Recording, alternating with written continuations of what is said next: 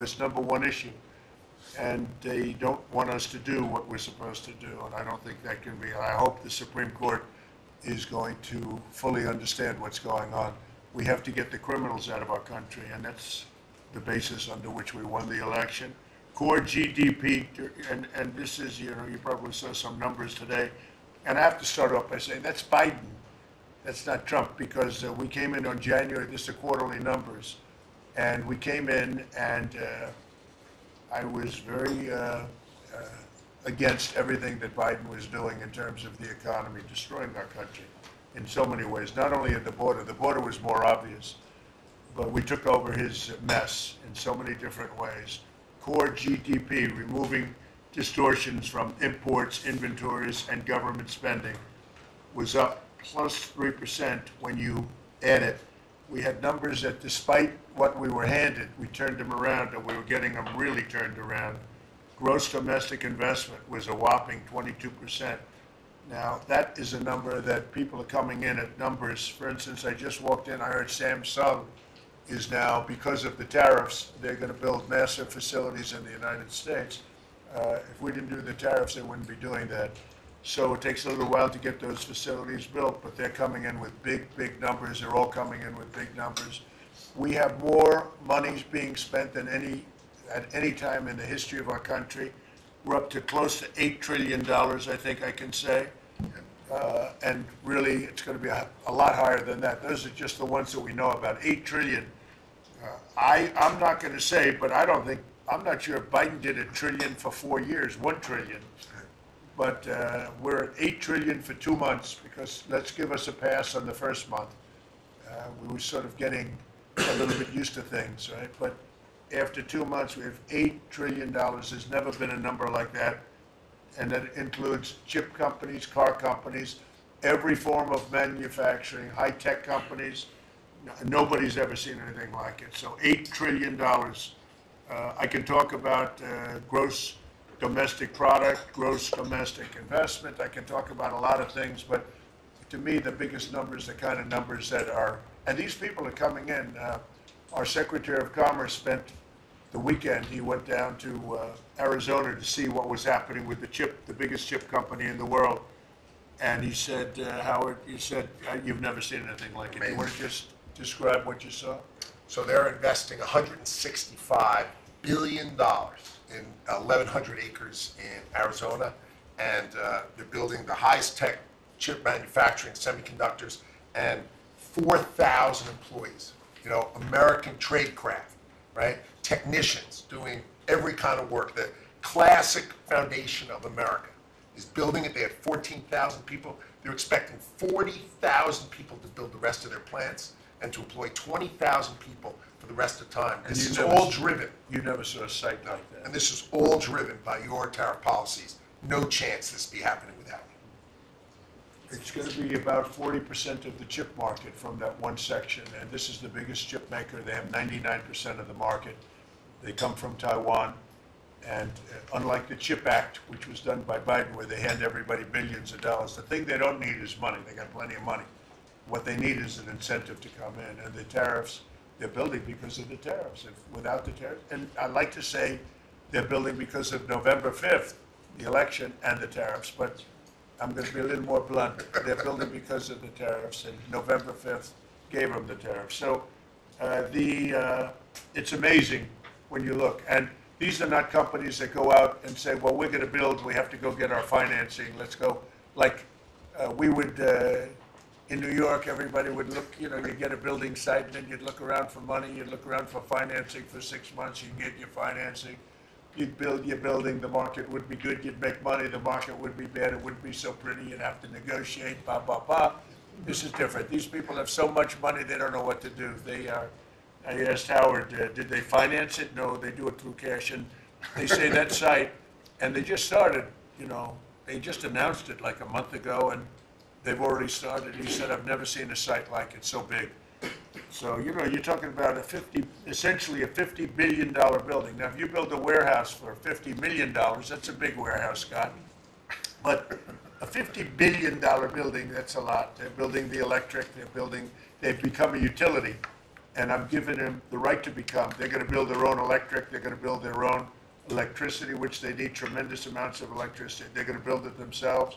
Anything they have left over, they'll hook that into the grid. But the grid is old and they're unreliable and bad things can happen to grids. I said, if you want, you can hook into the grid, but that's a little bit risky. Or you can build your own electricity and become your own utility. And they, I think in all cases, are deciding to do that.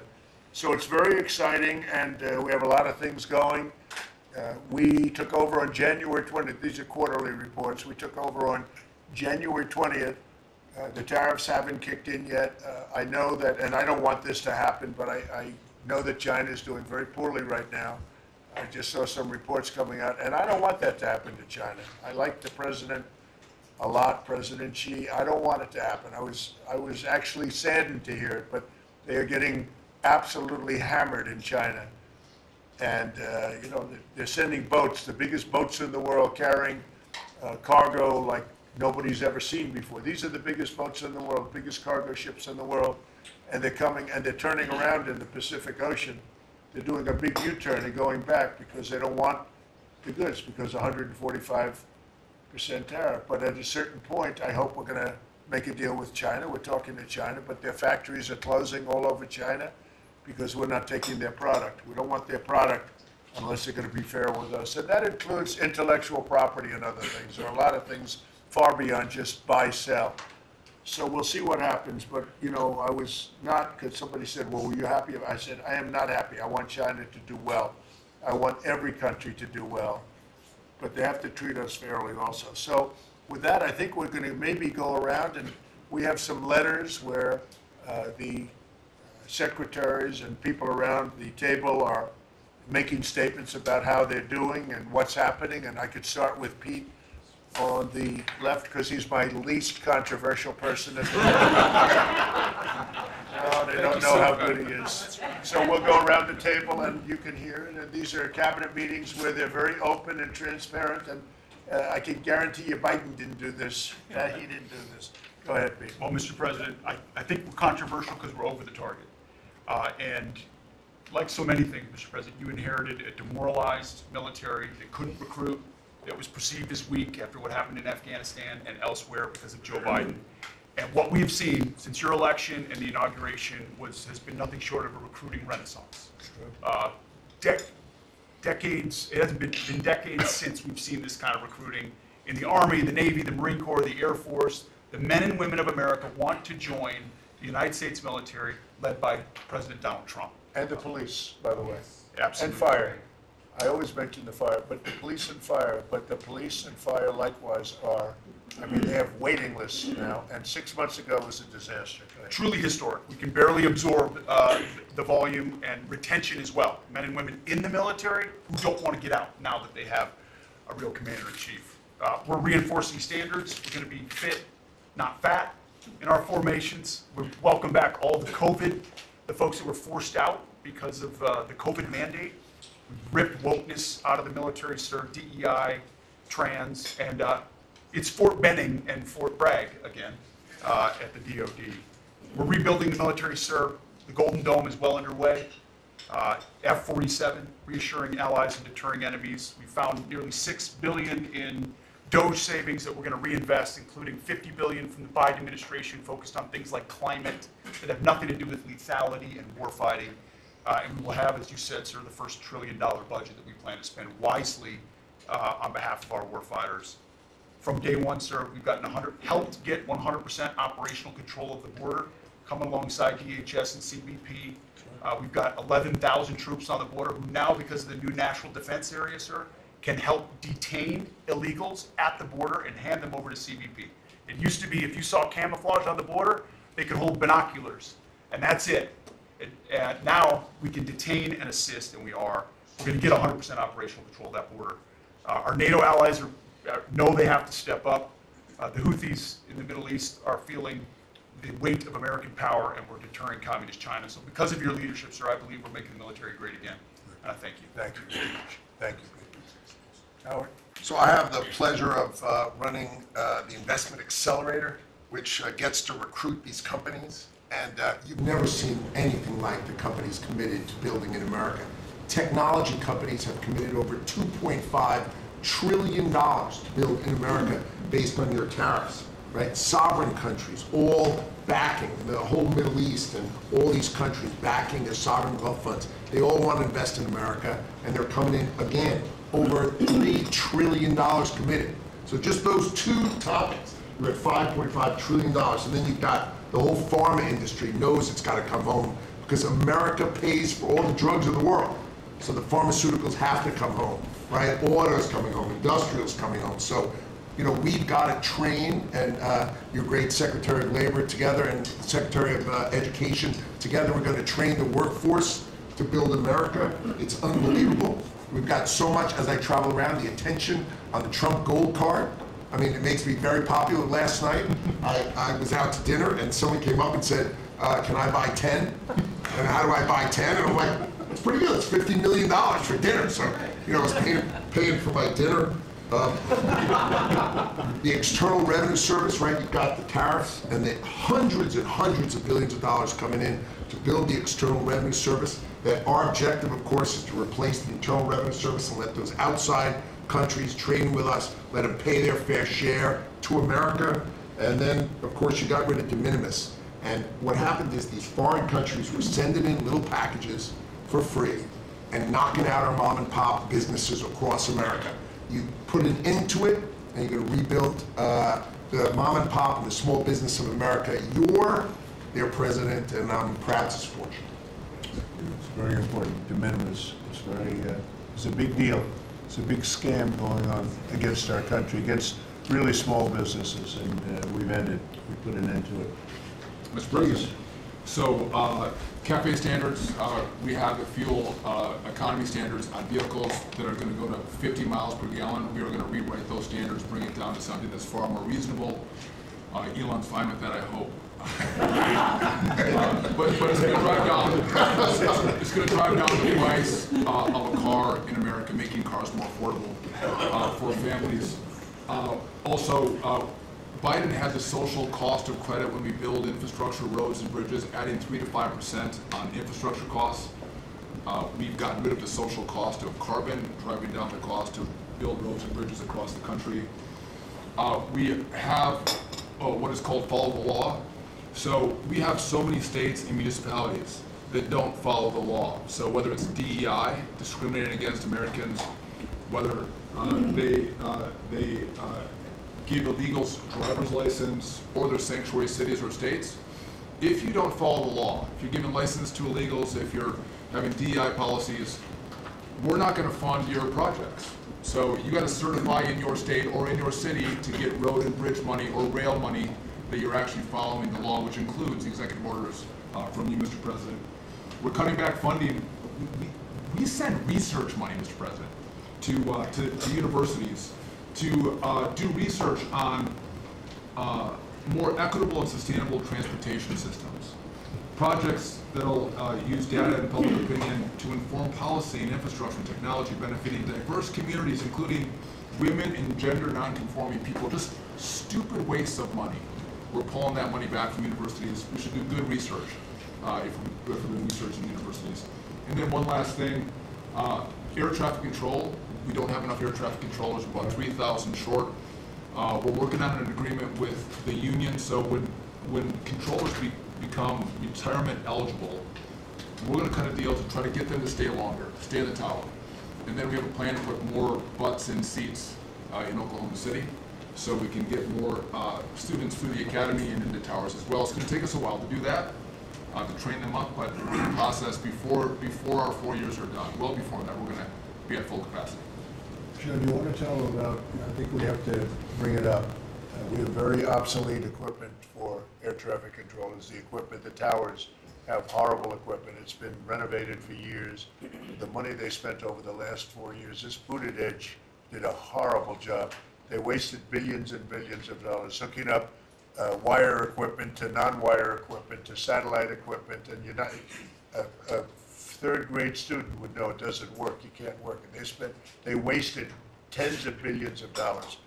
but we want to put a brand new air traffic control system in, and you might want to describe that, please. You and I have talked about this. It's a state-of-the-art system in the world, and it's. I mean, listen.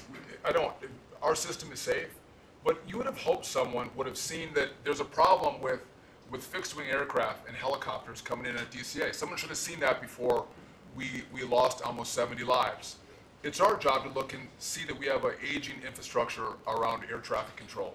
And so if we don't build a brand new system, there's going to be failures and people will lose their lives. And so we need the help of Congress to help fund this, but it's going to be all brand new. And after you build a brand new system, we have the bedrock and the foundation to actually build on top of it. But no one has done this, Mr. President. There's Band-Aid fixes that have happened over the course of 20 years. You can't have a Band-Aid fix. It doesn't get done. It has to be brand new. The technology, it looks like it's out of a 1980s movie. Old computers, floppy disks. We're using copper wires, not fiber. So there are great solutions we have available that, by the way, everyone's sick of their delayed flights or their canceled flights. We have more capacity in the airspace. And if we build this brand new system, what you'll have is more efficiency in the airspace and it will be safer. So the economy will be stronger. We can have more flights and less delays. So I appreciate your support on that, Mr. President. Rebuilding that is very important. You wouldn't have had the helicopter crashing into the plane at 400 feet up when it's supposed to be 200 feet. That would have, bells and whistles would have been gone over, and you would have heard the screaming equipment saying there's a problem coming up in 15 seconds. You got to do something about it right now. And it would have also sent the word right into the helicopter, because I guess you'll be doing the full report on that, but it was pretty obvious what happened. Right. And there was supposed to be at 200 feet, there were 400 feet, and a terrible thing. And that wouldn't have happened if we had the right equipment. If we had the right equipment, you would have heard bells and whistles going off, and it would have alerted them long before that would have happened. 2 minutes before, they would have had a lot of time. So we have to do this. We have no choice, and we're going to do it, and we're going to be very proud of it. They did old equipment in new equipment, and you can't hook in old equipment to new equipment because it's different. Some is satellite and some is ground. The satellite doesn't work. This man would know that better than anybody, but you can't hook up a satellite system to a ground wired system. And if you do, you're wasting a lot of money. They spent billions. This is Buttigieg. They spent billions and billions of dollars trying to patch a system together. They had hundreds of different contractors, and the contractors were all fighting with each other. We're going to have one great big contractor, like the Great Big Beautiful Bill, which is going along very well. I guess I like Great Big Beautiful, but we're going to have one Great Big Beautiful contractor, whether it's maybe Raytheon, maybe IBM, maybe it could be any one of 4 or 5 different groups, but you put one in charge. They're very big, very powerful monetarily, and they give you a guarantee, and they hook up everything. They do every single thing. So they're responsible for the digging of the ditches and the fiber and every single element. And it's one system that's hooked in. It's not all these hodgepodge systems that don't work together. And it's just a shame. I mean, it's basic construction, but it's complex stuff. And there are a few companies that do it unbelievably well, and we're going to have that. So, good job, Sean. I know that's your big project. And Mr. President, no one has done it because it is complex. It's hard to do because as you're building a brand new system, you have planes taking off and landing, and so because it's complex, no one has done it. And you've given the directive and the support to make this happen. So well, ours is going to be an all-new system. It's going to all hook up. It's going to be the same tower is going to have the same equipment. And all towers all over the country, all over the world actually, mostly, are going to be hooked in together. And when there's a problem, when planes are too close, you will hear a sound that's very ear-shattering. And I've heard it, and it's amazing. I mean, honestly, it's amazing. It's real genius stuff, and we didn't do that. What we did was just waste money. You could have just thrown it right out the window. What they did in this last 4 years was disgraceful. Whether it was the border or this, you name 100 different things. The worst administration ever. Okay. Thank you, Mr. President. Thank you. Mr. President. Secretary? Yeah, Mr. President, thank you. And I think one of the things that I want people to understand about the VA is we're part of the national security interests you have. And you've laid the groundwork for that with leadership and making sure that with the Secretary of Defense and myself, we take care of veterans on two ends. One when they come in and one when they serve and have earned the benefits that we have. And one of the things is if we're not doing our job on our end, then the recruitment and all goes down on the other end because we have a full spectrum. That's what leadership is about. What we found, speaking in the last 4 years, is we found an administration that wanted to throw money and people at problems, but they didn't want to put leadership in it. They just put money and people at it, and we saw wait times stay the same. We saw issues of suicide rates, death by suicide, not change. We saw a homelessness issue barely go down. We saw disability claims skyrocket. When you took place, over 250,000 back dislodged, which we're already bringing down almost 40,000 so far just in the last couple of months. But we've also put back what you, and I was in Congress when this happened, I was glad to see it, the Mission Act is back front and center at the VA. We're actually doing community care. We're actually giving the veteran the choice that they've earned and they deserve, whether they can get their VA care inside our facilities or in the community. It's their choice. It's VA care. We're going to give them the highest quality care wherever they want to go. Also, we're expanding out options for treatments and others for those that are in need. We're experimenting and looking at new counseling ideas, all new drug techniques that we can help with PTSD, TBI, the things that are affecting our veterans right now. But also, we've taken the leadership to take people and bring them back into work where they're actually communicating. They're back in our offices. We put thousands of people back in. We're processing more claims daily than we were in the last little bit, hit 1 million before has ever happened, and we're actually bringing it down. And I've actually taken our deputy secretary, and he is actually having a strike force now to bring down that disability claim, plus our regular work that we're having done. We've also taken almost $300+ million and taken it out of contracts that we've all heard about so far. We were doing contracts for meeting notes and PowerPoints, and if our folks didn't know how to do meeting notes and PowerPoints, go online and learn yourself. We're not going to pay for it anymore. And we took $360 million and put it back into community care and also our health records management system that we have. We've opened 6 new facilities just in the last little bit so all the media who wants to talk about how we're hurting healthcare, we just opened 6 new facilities. By the way, thank you, you're welcome. If we go from that, we continue.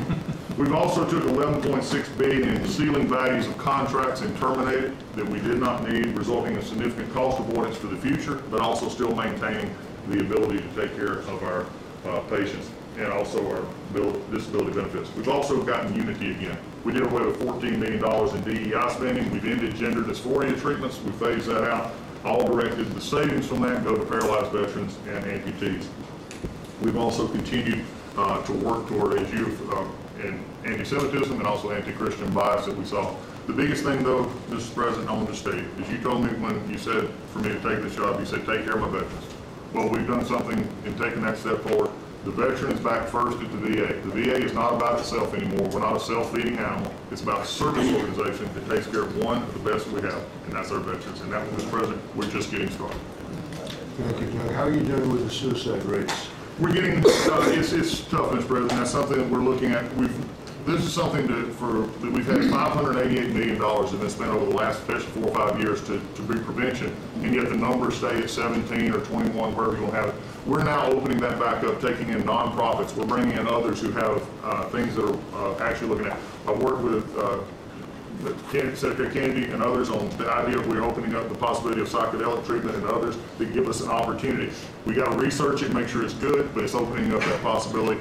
And I think, again, veterans are understanding now that we're putting them first. When I go to these hospitals, they're actually coming up saying thanks. We're back in where we need to be, and we're seeing our workforce well. So suicide is going to come down. It's also going to take some transition stuff that your Secretary of Defense has been very helpful on. We've got to transfer them out of the military so they come to us better, but we're working on that. Good, very good.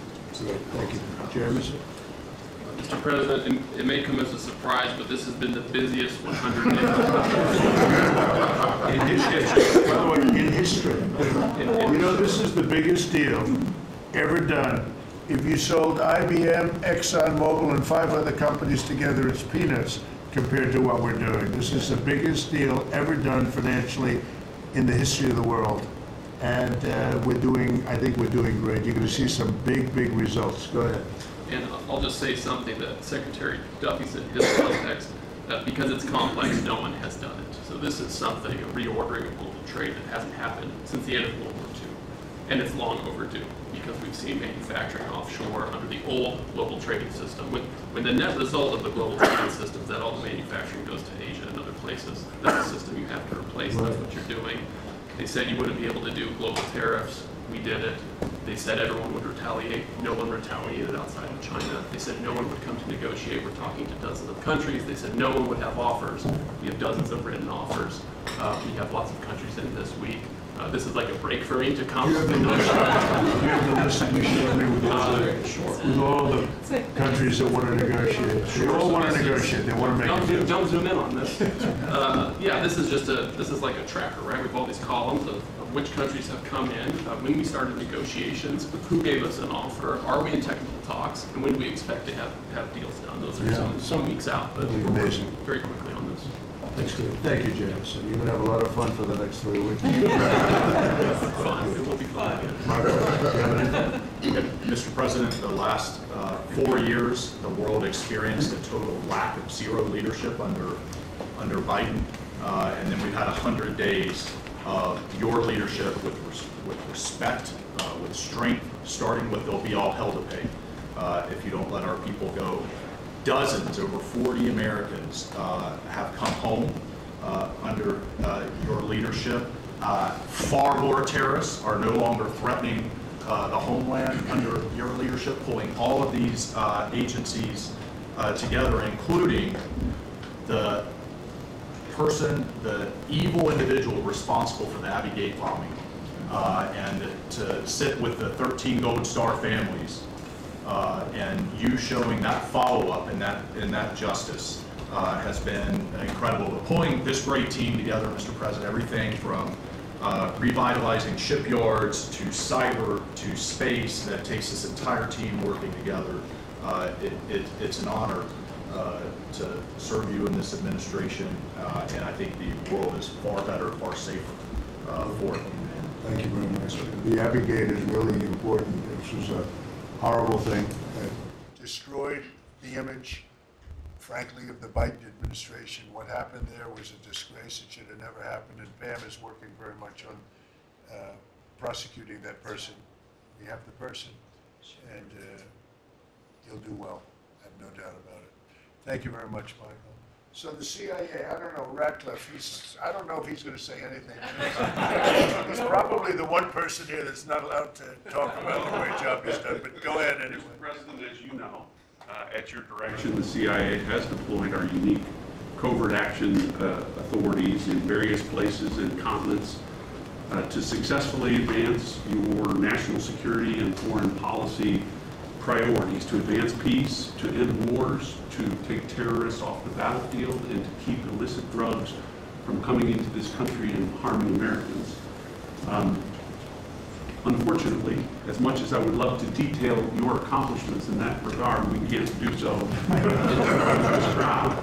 But you and I both know, Mr. President, that you have had a profound positive impact on America's national security posture, and Americans are safer because of your leadership. What I can talk about publicly is, as has been mentioned, the CIA provided the intelligence that led to the apprehension of the Abbey Gate bomber, who is now being prosecuted by our great Attorney General and providing a measure of justice to those 13 families that suffered as a result of that disastrous Afghanistan withdrawal during the last administration.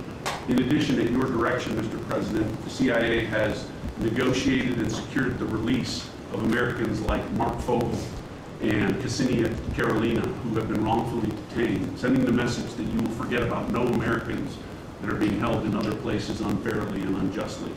And finally, Mr. President, the CIA is being restructured at your direction to focus on our core mission and to eliminate the well-documented politicization that has taken place in the intelligence community from bad actors in the past, to focus on our core mission and to make America safe again. Thank you for the opportunity, Mr. President. Good job. You're doing a great job. Thank you very much. Russell?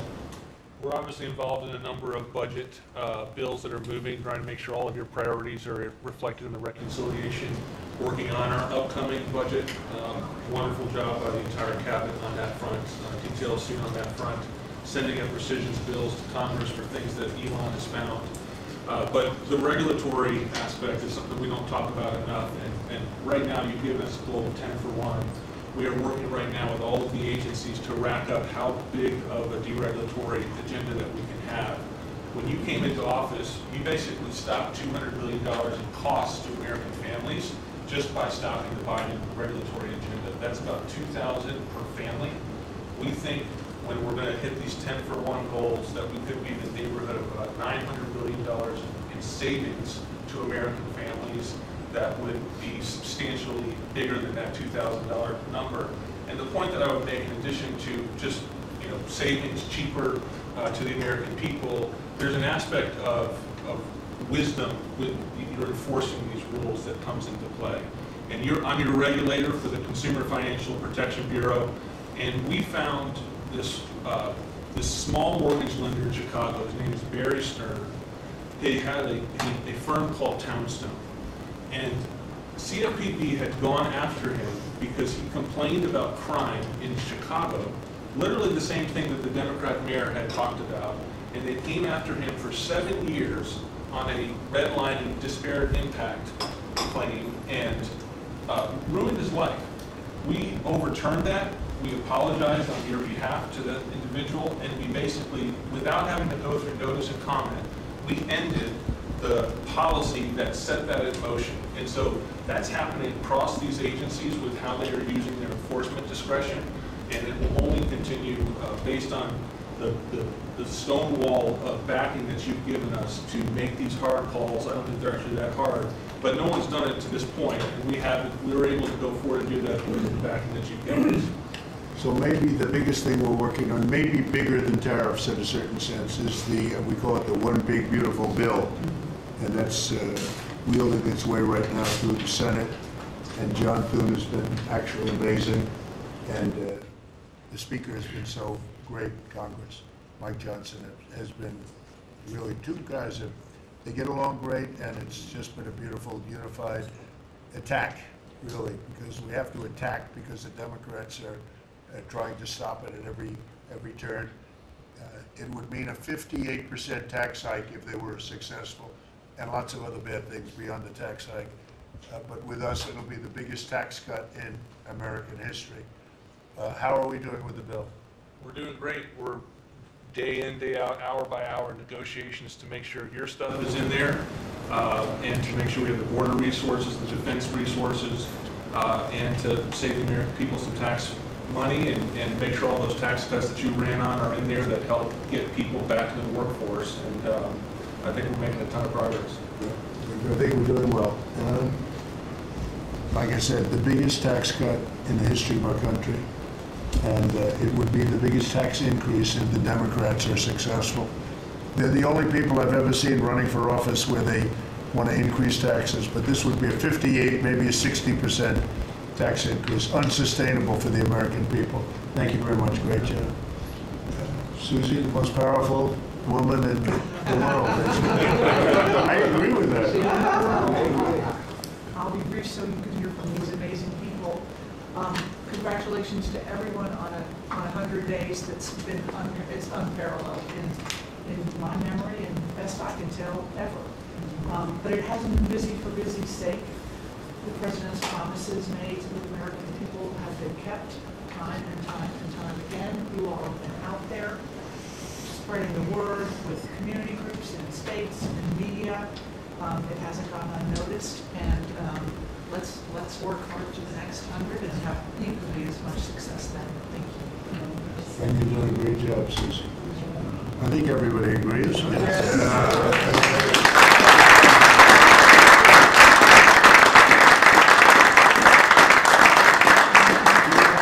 have anybody that disagrees, please?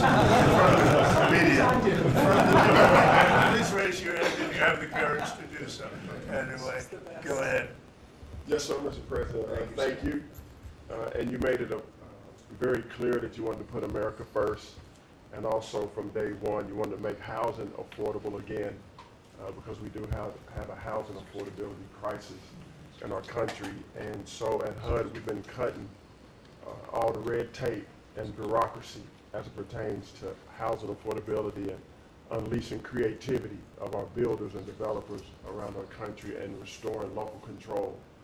We took down the affirmatively furthering fair housing rule, as you know, which was a zoning tax from Washington.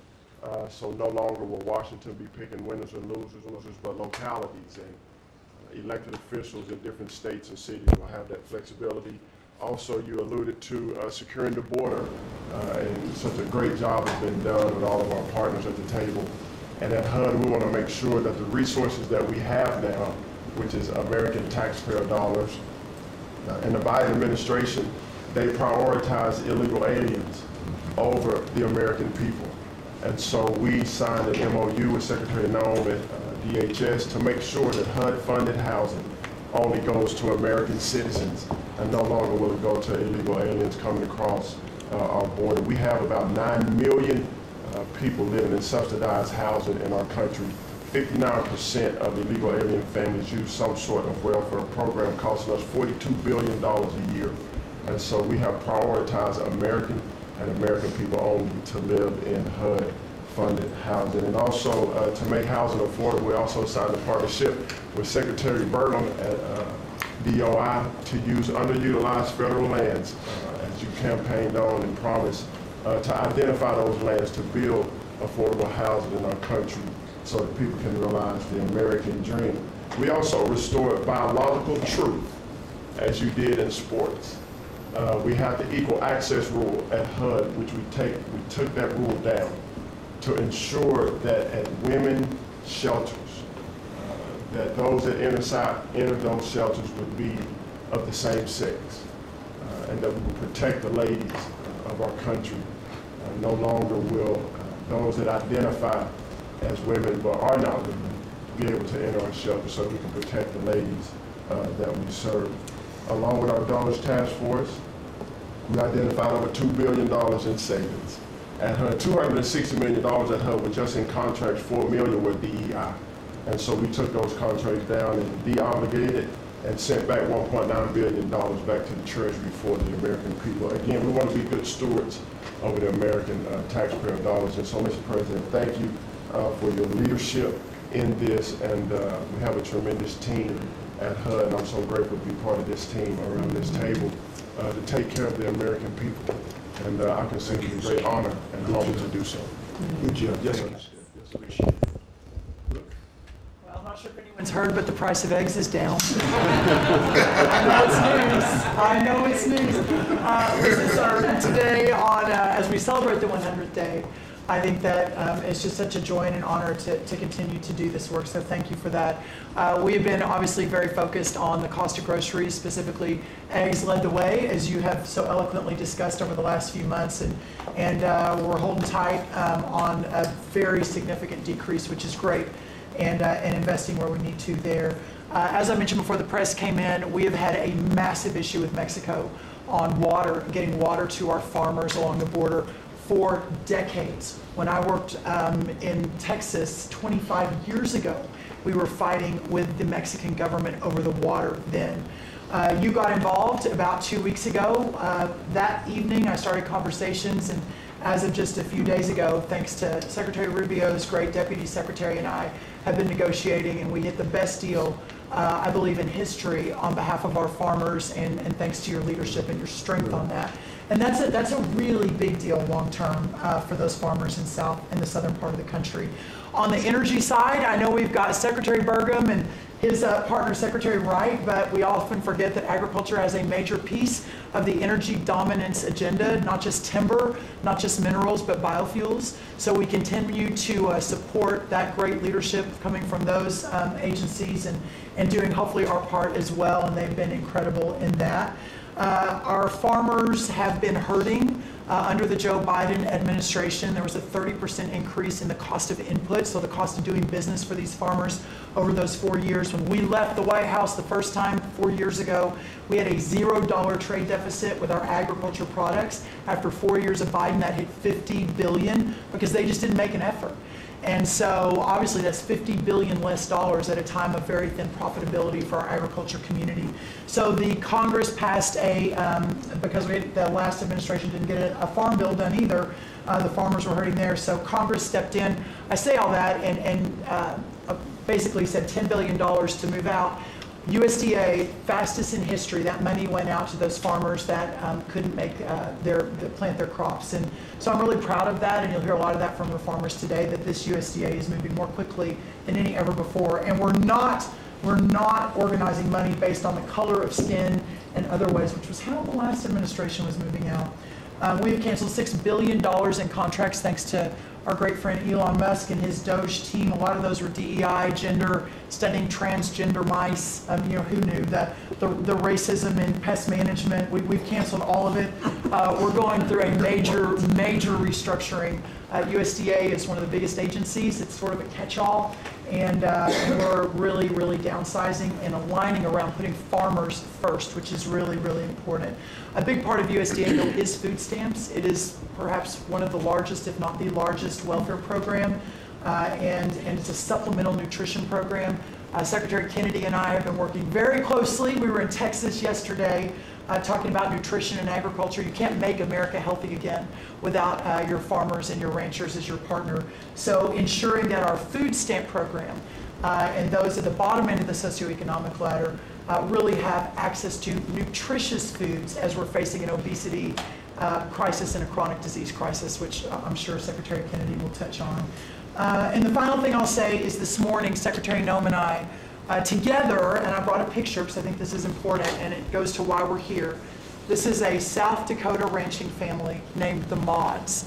They are a fifth generation ranching family. Charles Mod, in his 30s, bought the ranch from his granddad, I'm going to show the press, when he was 17 years old. Those beautiful children, Lyle and Kennedy, his wife Heather.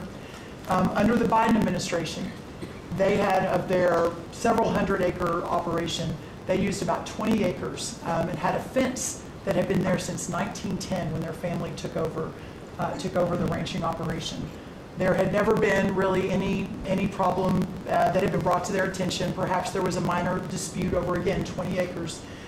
This family was indicted, prosecuted, threatened with jail time, told to find guardians for their children over a fence line dispute that the Biden DOJ pushed forward.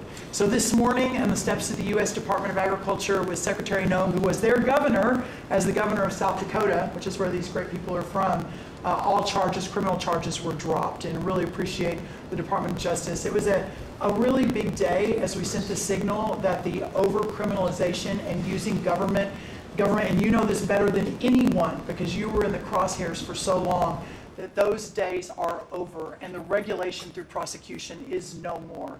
And so this family is one of many that we'll now be talking to ensure that never happens again.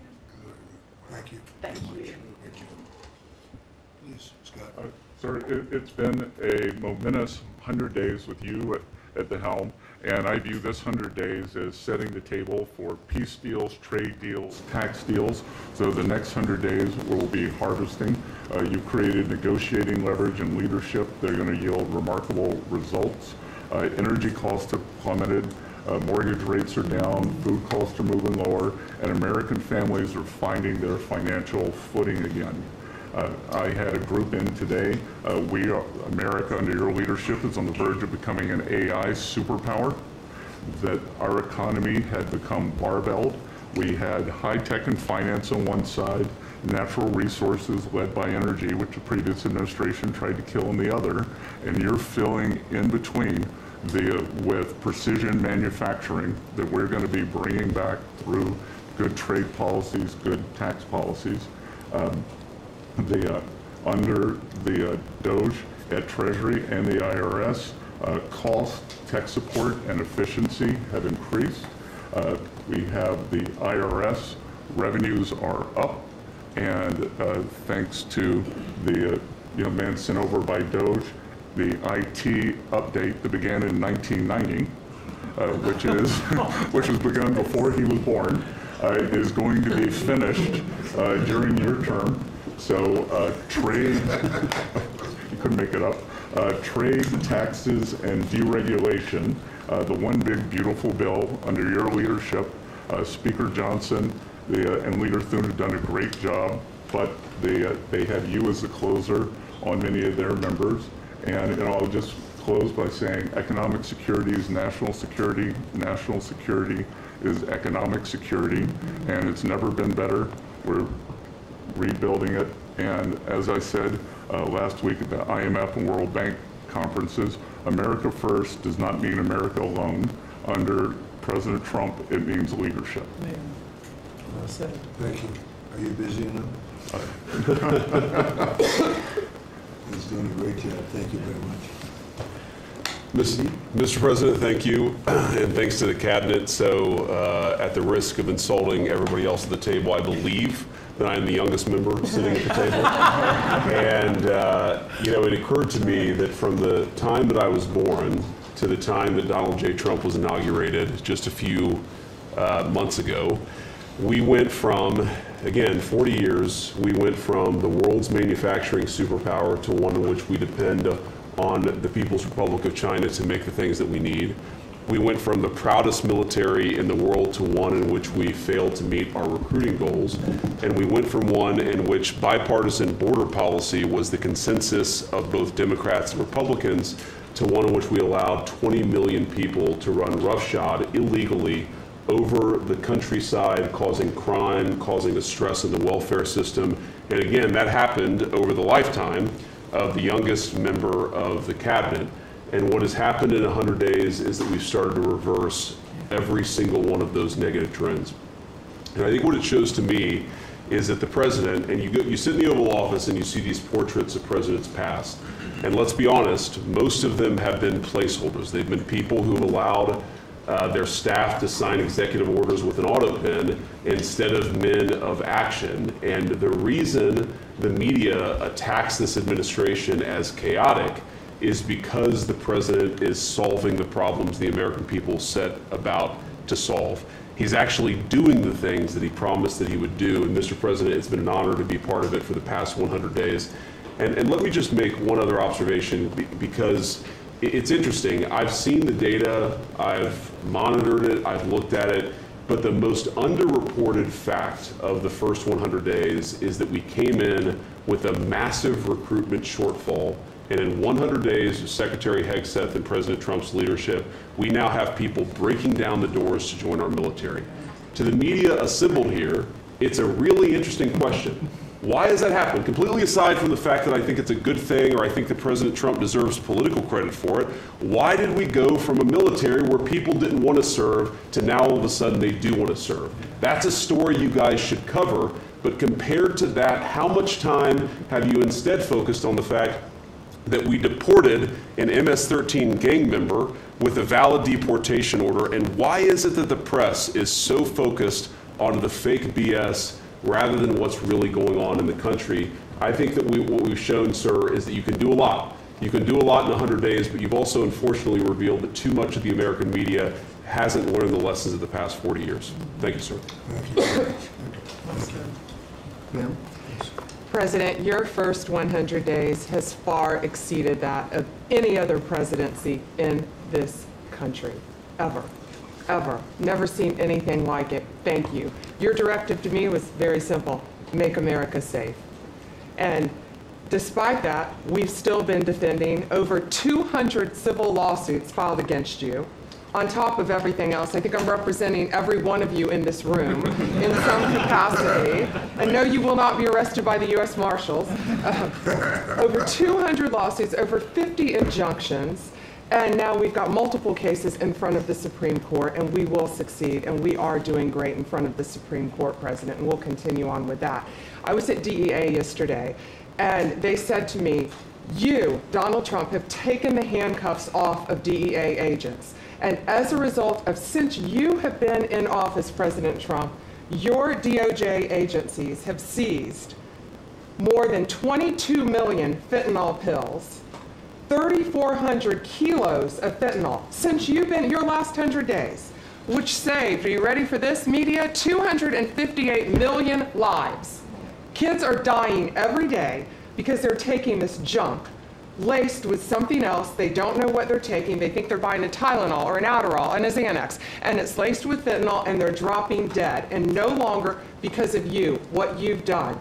ATF, since you've been in office, President, along with DOJ agencies, seized 14,500 guns off the streets. Why aren't people reporting that? 651,000 rounds of ammo. That's up 151% from 2024. That's keeping America safe. We've rescinded death penalty. We are now seeking the death penalty on cases. I'm signing death warrants. We are going after terrorism. We are going after arsonists. Whether you're burning Teslas, we've arrested 9 people so far in 7 jurisdictions, no negotiations, 20 years in prison, or you're burning down the governor's mansion in Pennsylvania. We will be there to protect you. And I've been talking to Governor Shapiro, and he greatly appreciated you reaching out as well. ISIS terrorist, we got one in New York, right around the corner. We got an ISIS terrorist in New York. We have an October 7th task force. We just broke up a huge human trafficking ring by the Sinaloa cartel. 1,000 pounds of methamphetamine on our streets. Ton of fentanyl, 20,000 Molly pills. Those are the drug of choice among clubs and bars for young kids. They were fake, but you know what they had in them? Fentanyl. That's 20,000 lives saved because of you, right there. We brought back 29 cartel members from Mexico at your direction, and one killed the Kiki Camareno, a DEA agent, in 1985, and many of us got to talk to his widow and his son, who is now a judge. And they started crying. They have tried to get that guy back forever, and thanks to so many of you in this room working together, they have justice. They were crying on the phone because of what you did, President Trump. Thank you. We're going after anti-Semitism. We're unleashing everything you told us, no more DEI, no more weaponization. We have rescinded, as I said, 200 policies, and I could go on all day long, but we are doing everything in our power to keep America safe at your direction. Thank you, President. You're really doing a great job. Thank you very much. Okay, let's go. Nice to see you, Mr. President.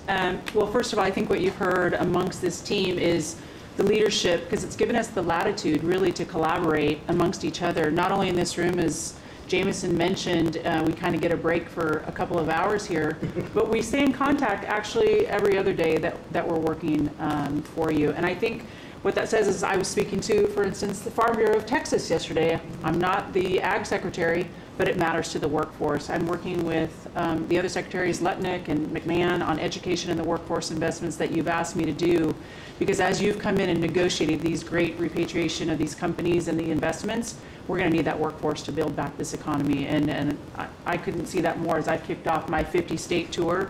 We've been in 5 states so far. We'll finish all 50 states by the end of the year. And what we're talking to is the American workforce and these companies about what the market demand is. That's the difference, that we finally have made that connection. What do they need? How quick do they need it? And how fast can I get these either apprenticeships toward that million that we've put that lofty goal? We've already added 80,000 new apprenticeships already just since January. So at the Department of Labor, that tour is kicked off, and I couldn't be more honored to be on the ground and see my colleagues that we're passing in the skies, but we're on the ground together because we're all collaborating together. One of the things that we're talking about, illegal immigration, I have put states on notice. I warned all 50 governors that if they continue to reward illegal immigration by treating unemployment benefits as a handout, they're going to lose their federal funding as well. We can no longer continue to give unemployment insurance to illegal immigrants, and so I've let those governors, and I sent out that letter last week. We also eliminated discriminatory DEI offices within the department, specifically the Office of Federal Contract Compliance Programs. Most of our federal contracts were really just to focus on DEI enforcement. We were really punishing a lot of these companies. If they weren't complying, they weren't going to have a federal contract. We've let go of that program completely. $4.4 billion in unspent COVID funds came back to the Treasury from the CARES Act. Billions were collecting thus in these coffers, in the state coffers. We've asked for that money back to return to the Department of Treasury.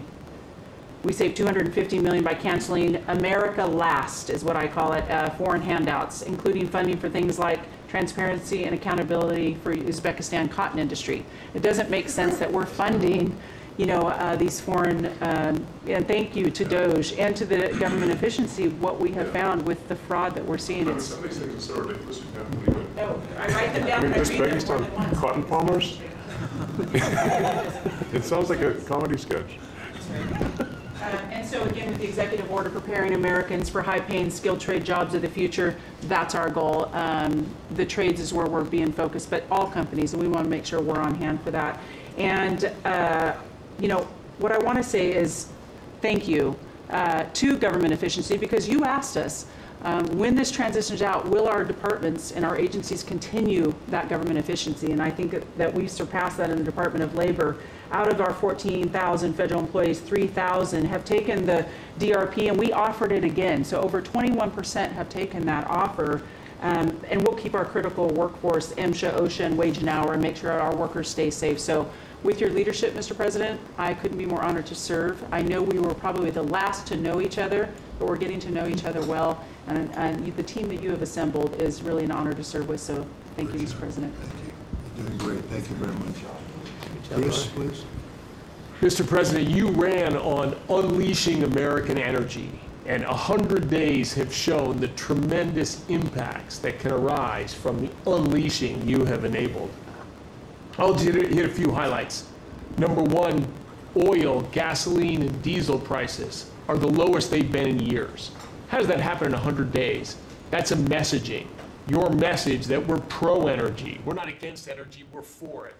That sends a message to the marketplace that supply is easier to grow now and supply will be coming, and that's already led to tremendous savings for American consumers across the country.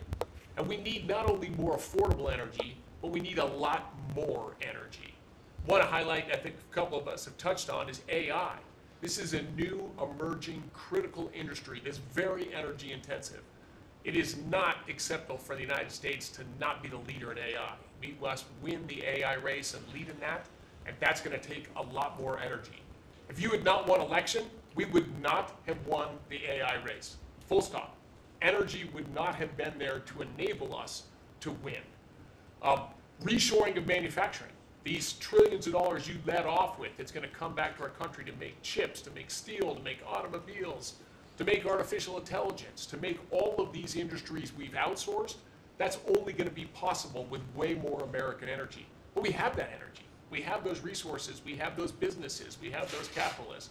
We just need to stop standing in the way of them and follow the lead you've set, which is to enable them, not to subsidize them, not to help them, to enable them to invest American money and create American jobs here.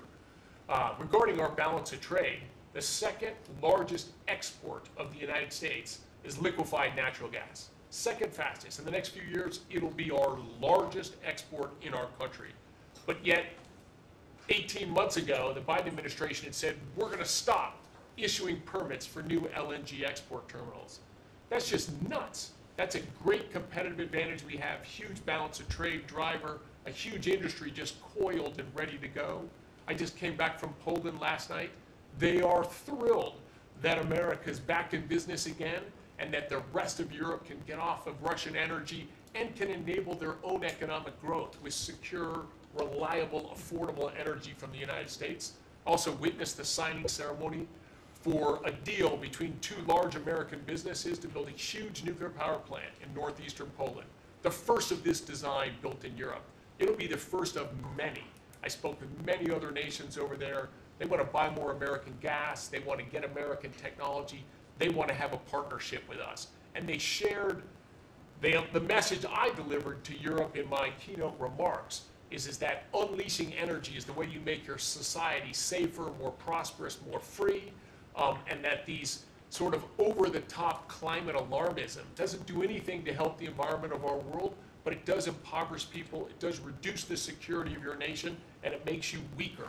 I think that's a constant message many of us around this table have brought to Europe. We want our friends in Europe standing up again and leaning in.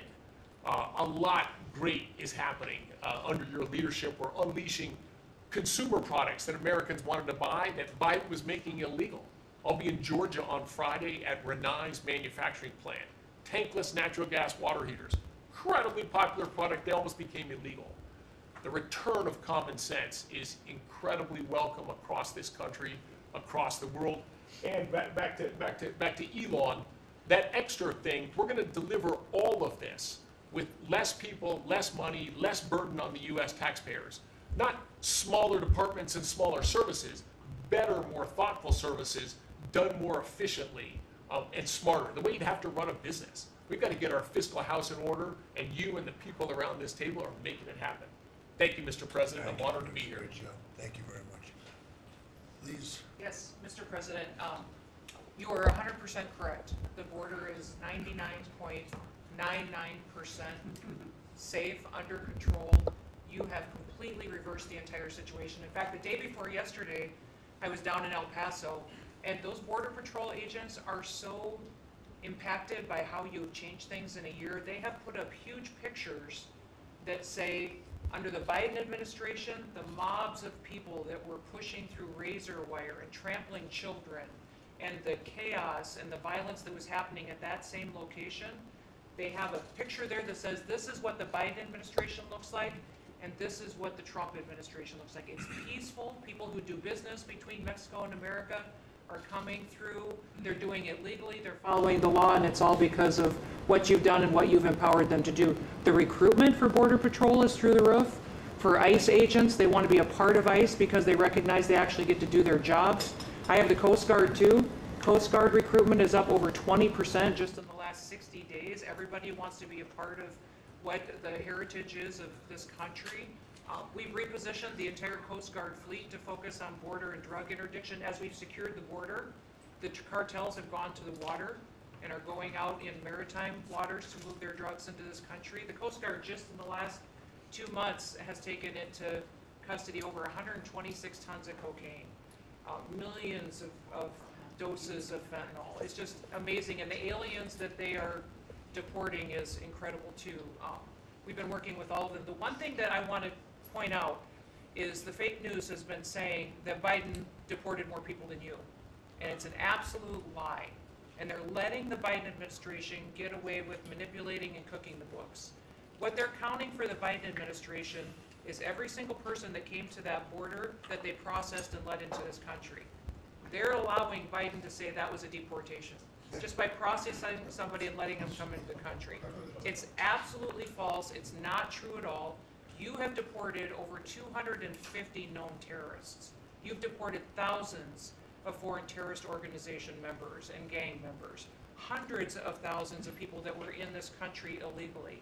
We've collected $30 billion worth of tariffs through CBP, and we've also collected millions and millions, hundreds of millions of fines and penalties from people that have overstayed here in this country. So I just want to thank you. You've been a game changer.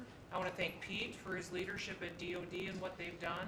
I want to thank Marco for his diplomacy and getting us travel documents into these countries. Mexico has finally come to the table and now is going to take a lot more people that we're able to send back to that country. And the president of Mexico told me, sir, she turned around over 500,000 people in Mexico before they ever reached our border.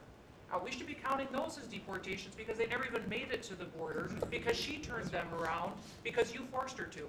So those are all people that never even came here because they got the message because you were so aggressive. So thank you for what you're doing. And every day we get to get up and do jobs that matter, and we appreciate that. Oh, yeah, Tom's a great messenger for us. He just, yeah, he's hardcore. Yeah, thank you. Yeah, he is. Kelly? Mr. President, it's such an honor to serve in this administration, and on behalf of Main Street America, for our 34 million small businesses that make up 99% of all businesses in this great nation, I have to tell you, under your leadership, Main Street is open for business again. They're thriving and they're investing. And the data that we have at the Small Business Administration, the loans that we're putting out, a record 26,000 loans in your first 100 days means that 2,000 small businesses each week are receiving that funding, that investment in the future. Small businesses create 2 out of every 3 new jobs in this country, and we've already seen under your leadership the jobs economy is back. Manufacturing jobs are back. We've seen a 38% increase in manufacturing loans. We put out 1,500 manufacturing loans in your first 100 days. We saw startups increase by 54%. And we saw businesses under 5 people increase by 95%. So your leadership on the economy matters to every region of this great nation. I'll tell you on the manufacturing front, I'm out on a national manufacturing tour. We've met with 250 manufacturers, and as I walk through the factory floors, they all ask me to thank you for fighting for their jobs, for these industries, and for the people who are creating things from pharmaceuticals to aerospace, to food, and all these essentials that this nation needs to be independent and strong. And to that end, I'm working with Congress. We'll be announcing tomorrow an upsizing of our manufacturing loans to make sure that that economic engine, because 98% of all manufacturers are small businesses. It's incredible to walk through these factories that are really creating what you had in your first administration, the blue-collar boom. It's now a new-collar boom because it's the intersection of technology and manufacturing and what they can create for our war fighters, for our aerospace, for pharmaceuticals, with less than 300 to 500 employees, sometimes 100 employees. I was at a factory in Georgia on Monday that is creating machines to help with the Iron Dome in Israel. Less than 50 employees. This is the engine of our economy. It's the heartbeat of our communities. It's the small businesses that helped elect you because they needed your economic agenda. So thank you, Mr. President. It's such an honor. And congratulations on an epic 100 days. I do have to thank Elon. I do want to note we just cut $3 billion in contracts because of Doge's work. That's $3 billion that hardworking families that won't have to work until April 15th to pay for the waste, fraud, and abuse that we continue to find in this government on behalf of taxpayers. So again, thank you, Elon. Thank you. Great job, Kelly. Thank you very much. Elon, I love the double hat, by the way. He's the only one that can do that. Get away with it. Well, Mr. President, they say I wear a lot of hats. Even my hat has a hat.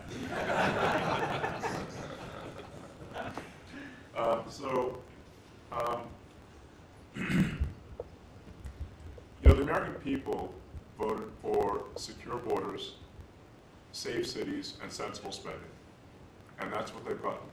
A tremendous amount has been accomplished in the first 100 days. As everyone has said, it's more than has been accomplished in any administration before, ever, period.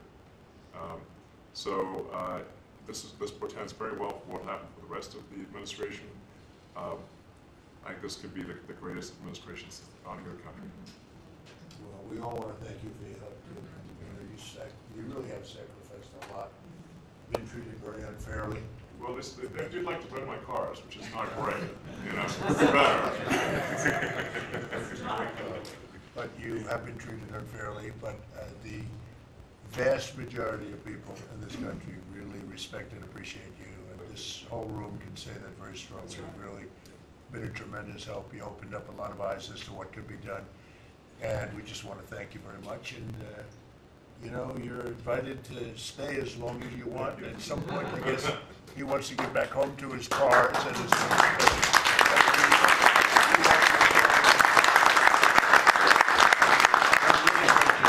You've done an incredible job. $150 billion. Think of that. Yeah. 160 now. Yeah, Yeah. They said, oh, it could be more.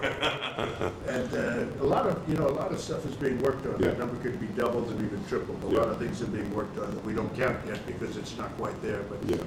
You've done a fantastic job, and we appreciate it very much, Elon. Thank you. And it's also an honor to work with your incredible cabinet. I just like to say thank you, everyone. It's great to work with you. Thank you very much. Thank you. Mr. President, congratulations on this truly historic first 100 days of your administration, really only made possible by your focused leadership on delivering the mandate the American people gave you. You've empowered all of us to deliver that mandate, and I'm grateful to have the privilege of leading the intelligence community towards ending the weaponization, politicization of the intelligence community that's gone on for far too long. And building out what is truly a lean and agile and effective intelligence community that is helping you deliver that promise to the American people of safety, security, and freedom. So, Mr. President, I'd like to highlight just 3 of the areas where we are helping to support your leadership and your work in making America safe again and bringing about these changes.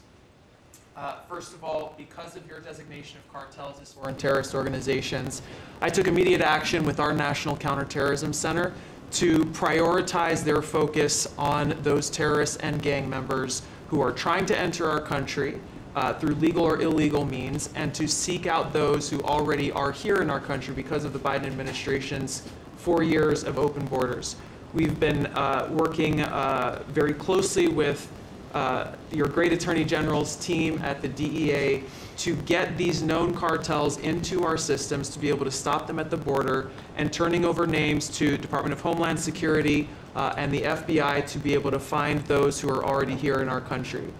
Just the other day, we found 700 alien terrorists who have ties to MS-13, Tren de Aragua, and the Sinaloa cartel. Just yesterday, our NCTC identified almost 600 individuals with ties to other terrorists who came through our borders illegally, claimed asylum, and under the Biden administration were paroled here within our borders. Secondly, Mr. President, like too many organizations in the federal government, the ODNI has become very bloated with too much waste and abuse going on within the organization. We've done a few immediate steps. We are doing more. The ODNI is 25% smaller and more lean today than it was when I walked in the door and when you took office. Secondly, we have just this morning actually shut down a human capital office. As soon as you issued the executive order to stop all DEI activities, we did that, shut down the DEI office. But we discovered this human capital office that was essentially a slush fund for DEI initiatives, hidden under the guise of human capital, that closed down this morning, saving taxpayers $150 million. We'll soon be announcing an additional $2.6 billion in savings with other programs and contracts that do nothing to ensure our national security interests. And lastly, we're working every day to hold the deep state accountable, to end the politicization, weaponization of the intelligence community. This past week, I sent 3 criminal referrals for illegal and unauthorized leaks to the media of classified intelligence for prosecution. We have 11 more that are under investigation. We've revoked, at your direction, 67 security clearances, and we continue the work of declassifying documents, as we have already around the JFK assassination. We have more coming for the assassination of Bobby's father, Senator Kennedy, and MLK assassination. And we continue our extensive investigations around exposing the very serious issues we have related to election integrity, illegal abuses of FISA, Crossfire Hurricane, and others. Mr. President, under your leadership, we are working every day to bring about that transparency and accountability that the American people deserve. So thank you for the opportunity. Great job. Thank you very much. Lee? Mr. President, at the Biden EPA, the Green New Deal was raging. At the Biden EPA, we saw billions of tax dollars burning. At the Biden EPA, we saw industries suffocating.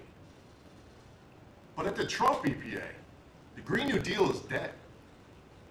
At the Trump EPA, we know that we can both protect the environment and grow the economy. I have 13 pages of accomplishments from our first 100 days in here, and in it, part of it is 100 environmental accomplishments at the Trump EPA. You don't have to take my word for it. We released it to the media this morning. Every single day that President Trump is in this office, there will be a major environmental accomplishment every single day of the Trump administration. At the Trump EPA, we're also launching what is the largest deregulatory action in the history of the country. We're going to be giving our director of the OMB a whole lot of work because we inherited a big mess from the Biden EPA.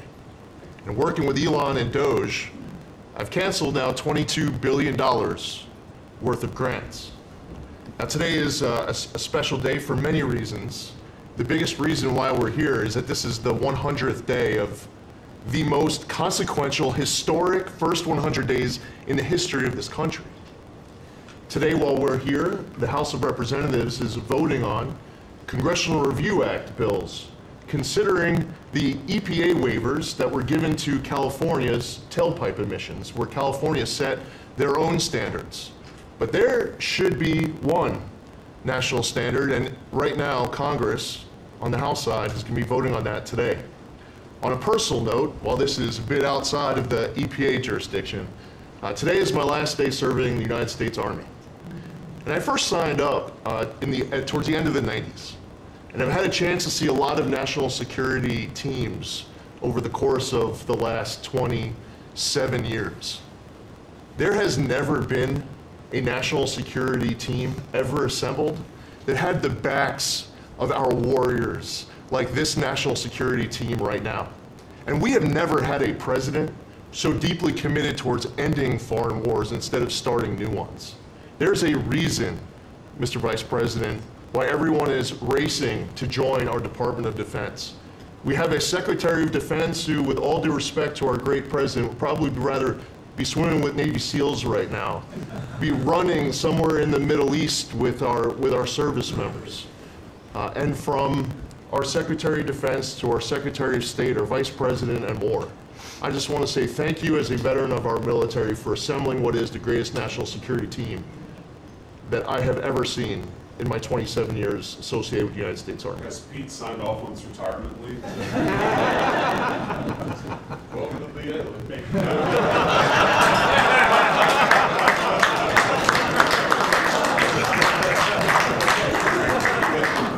Thank you for your service, Lee. Yes. Thank you. Absolutely. So, well, Mr. President, I don't think I have ever worked so hard to try to fire myself. We're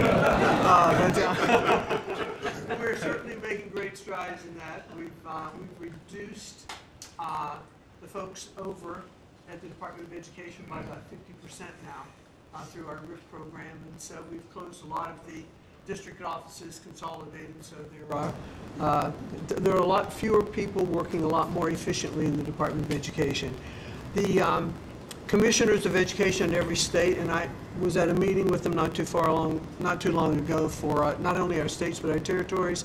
They are thrilled with the opportunity now to be able to have more control over the education in their states, to get rid of a lot of the red tape and regulation that's kept them from doing what they're doing. So we're seeing, I think, great improvements. We'll see test scores, I believe. It'll take a bit for them to be able to go up, but I think now that they're going to have the opportunity to put in their own programs, we'll see that grow. At the same time, we've been focused on higher education for our universities. We've returned proper enforcement of Title IX protections to schools. We have stopped funding to Columbia, for instance, and some other schools for not only Title IX but Title VI infractions. And those are moving along. I think we've brought people to the table. They know that you're serious. You meant what you said. They're going to make changes. They're making their campuses safer again. Anti-Semitism was just out of control in many of our universities. And so some tried to, in fact, Harvard is sued, and they're saying that it's, First Amendment infraction. No, this is civil rights, safety on our campuses for our young students, who are there. And with Pam's help and the task force that we formed with HHS, with GSA, with other agencies, we're going to make sure that our campuses are safe. And so there's a lot of good work going on. I think one of the biggest things, you'll be very happy to hear this, Mr. Vogt, that we are putting back into place collecting on our student loans that have been delinquent since March of 2020. Been no effort to recollect on this loan. So as of May 5th, the letter goes out that the loan recollection is beginning again. So for those people who have borrowed money and who've not been paying, and that's just not to be punitive. There are many ways that they can go online to understand how they can get back into the right payment structure, because when they're in default, they can't buy a house, they can't buy a car because their credit scores are down. So it's helpful to them as well as to get this money back into the country. I mean, when $60 billion of increased student loan debt since 2020. And in total, we've got almost $1.7 trillion in student debt. So we're going to start getting that back. And Scott and his team have been incredibly helpful. We appreciate that. so very, very much. And so a lot's going on at the department, and what I would really like, as I'm firing myself, I'd like for you to be known as the education president, because of the best in practice systems that we want to put in every state to incorporate AI, so that we are training these new entrepreneurs and business leaders in our country. We can't do it with the infrastructure we have in place today, so we have to be working on that at the same time.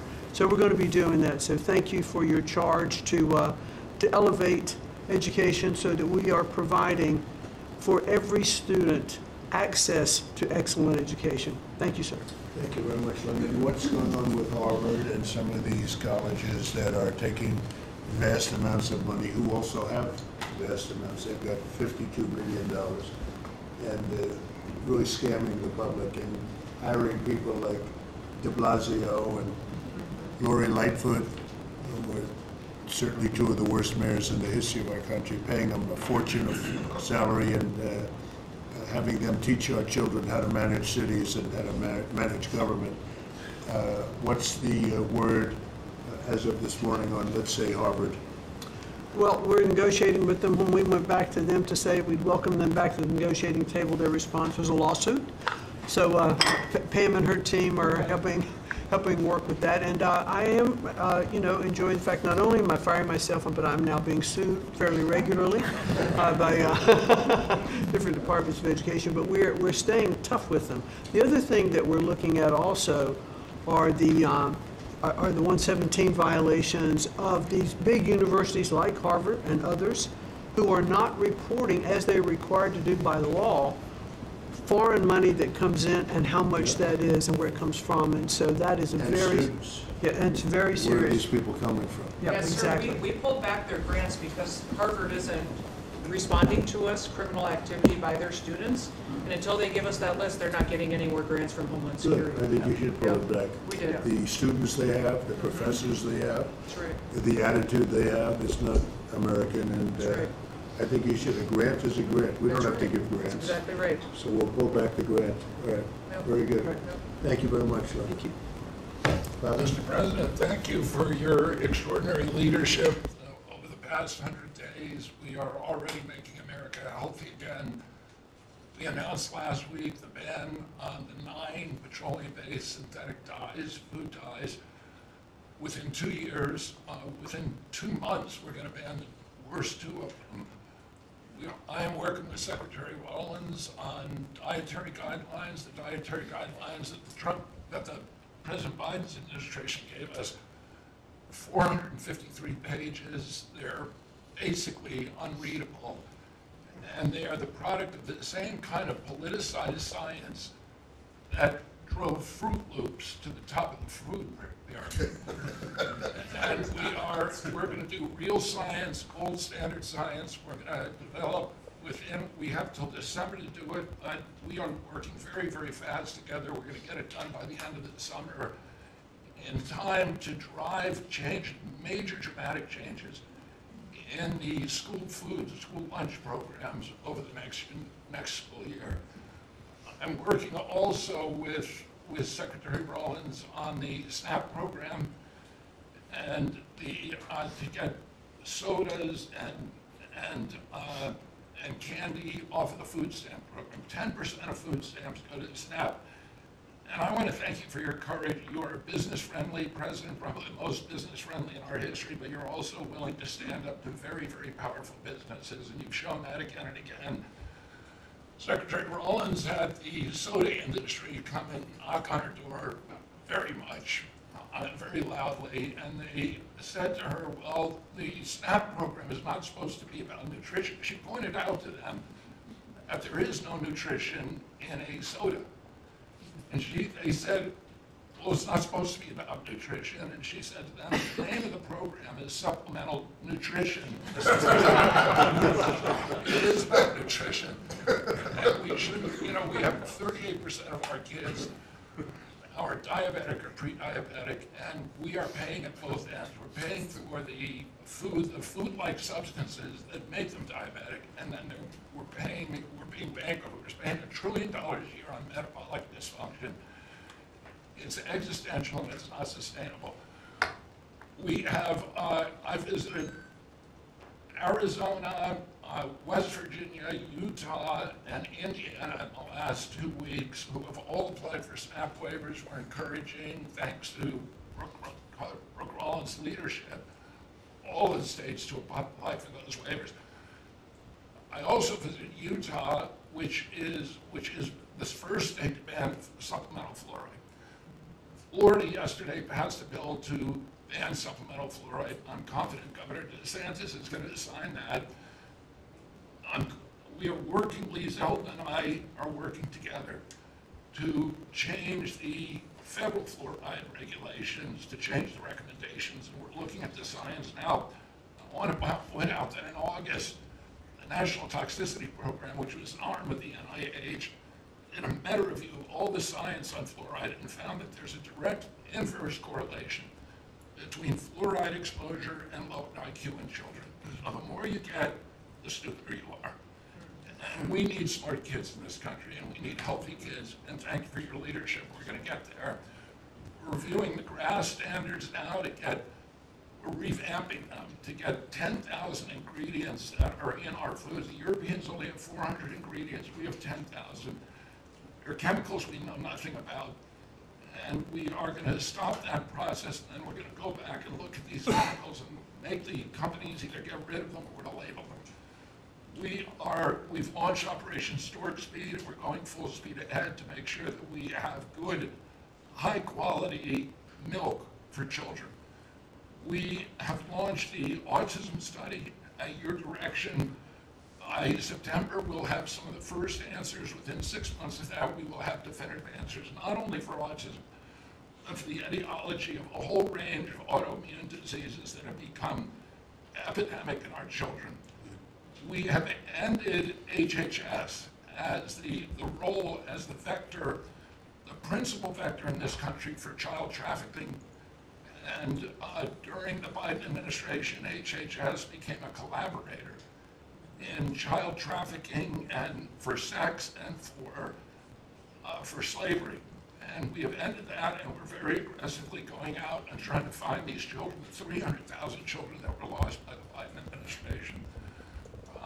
And we have ended funding for gender mutilation, surgeries, and other kind of gender dysphoria practices. And thanks to Elon, we have saved $67 billion at our agency without compromising any of our critical programs. Mr. President, I want to thank you for your vision, for your leadership, for giving me the 100 busiest days of my life, and most exciting and most rewarding. And there's, over the next 100 days, we're going to do much, much more. That's good. Thank you very much, Barry. Very important. Thank you. Doug? Yes. Well, President Trump, on your first day in office, you wisely declared a national energy emergency. And this was essential because it was the signal that we're going to go 180 degrees from the disastrous and dangerous Biden policies that were based on a climate ideology that was the root cause of the inflation in this country. It was the root cause of wars abroad. It was the root cause of our manufacturing disappearing from our country. We can't have energy security. Without energy security, we can't have national security, and you understood that. But now with everything that's flowed from that, dozens of other EOs that you've done, America is back in the energy business. As Chris said, there's been a signal that's sent around the world. Capital is flowing, coming back in. The smart money is coming to this country. And now you've given us a chance to win the AI arms race against China. We know we're up against a formidable competitor. China opened up 94 gigawatts of coal in the last year.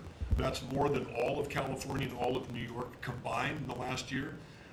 We've had presidents in the past of the Biden administration that were running away, again, under this climate ideology. You've embraced baseload power in this country. I'll never forget standing in the East Room with you, surrounded by the coal miners around this country, where you said, hey, big, beautiful coal. As we work to try to identify the balance sheet of America, our earliest estimate is that the coal resources in America just on public lands could be worth $8 trillion with a T. That was all going to be taken off our balance sheet if we weren't going to touch it. But now we're back in the business. I was 1,800 feet underground in a coal mine in Alabama a couple weeks ago. They do metallurgical coal. Without metallurgical coal, we can't produce steel. This is a plant. This is a plant that would have been in a mining operation that would have been shut down under the Biden administration. What we're doing here, back in the business, we're doing leasing. We're leasing for oil and gas. We're leasing for timber with Brooke Rollins. We're leasing for grazing. We're leasing for critical minerals, which is key. And when we lease the public lands appropriately and by the law to do that, we're bringing in revenue. We're bringing in jobs. We're helping strengthen America. And so we're treating our natural resources like the American balance sheet they are. And America's resources, the 700 million acres of surface that's public, the 700 million of subsurface, the 2.5 billion offshore, all contain what we need to have self-sufficient supply chains. And so in this, we're focused deeply on critical minerals. The Biden administration put us in a real predicament right now. The whole trade team, the whole cabinet, Susie's jumping in, leadership across everybody in the National Energy Dominance Council. But of the top 20 critical and rare earth minerals that we need for defense, that we need for industry, China's controlling 85% of the refining for that. So we are running at warp speed 7 days a week to try to put ourselves back in business in that way. So I want to just close out by saying a couple other things. One is the border. Few people realize that 41% of the southern border is in the Department of Interior. And then we've got a few more percent that come with Brooke and with the Forest Service. But that's been a risk area. Part of the reason everyone was pouring into our country, Biden wasn't enforcing the border laws. They definitely weren't enforcing it on public lands. And so again, using tying two presidents that had a great propensity for action, Theodore Roosevelt in 1907 created what was called the Roosevelt Reservation, 60-foot strip that go from Texas all the way to the Pacific Ocean, because he was worried in some future state there might be smuggling. I don't think he was anticipating human smuggling and fentanyl trafficking, but that has been largely unused. He gave us the authority to transfer that, and so working with Christie and working with Pete, we've transferred that to the DOD. So transferring land from the other agencies like Interior to the Department of Defense, then as Pete said, they can do the detain and assist with the military. And having been down at the border multiple times in recent week, I can confirm everything Christie said. The enthusiasm, the morale of that group is exactly 100% opposite of when Christie and I were down there as governors. I had Border Patrol people say that they were multi-generational service in that law enforcement that said, my wife and I are telling our children never to go into this thing, to go into Border Patrol. People this time were saying, I got a 17-year-old, as soon as they turn 18-year-old, they're signing up. My wife is thrilled. They're going into law enforcement. They're so proud to be serving with you. Everybody I've met, whether it's in a coal mine or at the border, law enforcement, the one thing they say on those trips is, please thank President Trump from all of us, the change that you're making. And I want to say especially this became very dear when we last week renamed a U.S. Wildlife Refuge in honor of Jocelyn Nungare. Jocelyn Nungare, of course, lost her life tragically to illegal Venezuelan gang members in this country in a horrific way. Her mother, Alexis, was at that ceremony. Her grandmother was there, and Jocelyn's great-grandmother was there. There are 3 other generations of that family were there. They all wanted to pass on their thank you to you too, and we've secured her name forever as a sanctuary, and really is saying that every child, every 12-year-old, every child in America should be safe in their own communities, and you've dedicated a beautiful piece on the coast in honor of her. So, President Trump, in your first term when I had a chance to work with you as governor, you were courageous. The thing that's empowering this amazing group of people around this table, and you've probably assembled the greatest cabinet ever, is that this time you're not just courageous, you're actually fearless. And it's your fearlessness to take on the issues that other presidents would not touch, whether it's the work that we're doing with successfully streamlining and right-sizing government, or whether it's taking on the issues at the border, or whether it's embracing the power we need to win the arms race. You're fearlessly doing that, and that creates, it just, all of us can sprint because you're running ahead. So thank you. Thank you, Doug, and you are doing a great job. And with Chris, That's a pretty much unbeatable combination, I have to tell you. So thank you both very much. Thank you, Doug. It's great. Marco? Well, it's not easy to go last after all these reports that have come here. First of all, so it better be good, and I'll be short as well. A couple things, Mr. President. I think you deserve a lot of credit for two things. The first is assembling this great team of people. Some of whom I've known for a long time, others who I've gotten to know during this period of time, but putting together a team, not just of talented individuals, but that work well together. It's something never going to be reported on in the media or fully seen, but it happens every single day. For the most part, I interact with almost everyone around this table at some level, and because of Secretary Kennedy, I'm afraid to eat anything. So, he said Tootsie Rolls are okay in moderation. But it's a great team. And here's the second, and I tell this to people all the time. This is incredibly rewarding service, and you hear it in everyone's voices. That traditionally in the past, and it's one of the problems we got in as a country, is presidents would say, okay, let's go do something, and then they would have to do a study, and then a study on the study, and then a long internal deliberative process, and by the time you got to it, it was too late, or somebody had forgotten it. In this administration, it's moving. You know the direction because you know why you were elected. The American people elected you very clearly, and basically it's measured, I used to say by days and weeks, now it's measured by hours and minutes, but action is happening. And that's what people want to see. And let me talk about foreign policy in particular, because I'm not sure this is fully appreciated. This president inherited 30 years of foreign policy that was built around what was good for the world. In essence, the decisions we made as a government in trade and foreign policy was basically, is it good for the world? Is it good for the global community? And under President Trump, we're making a foreign policy now that's, was it good for America?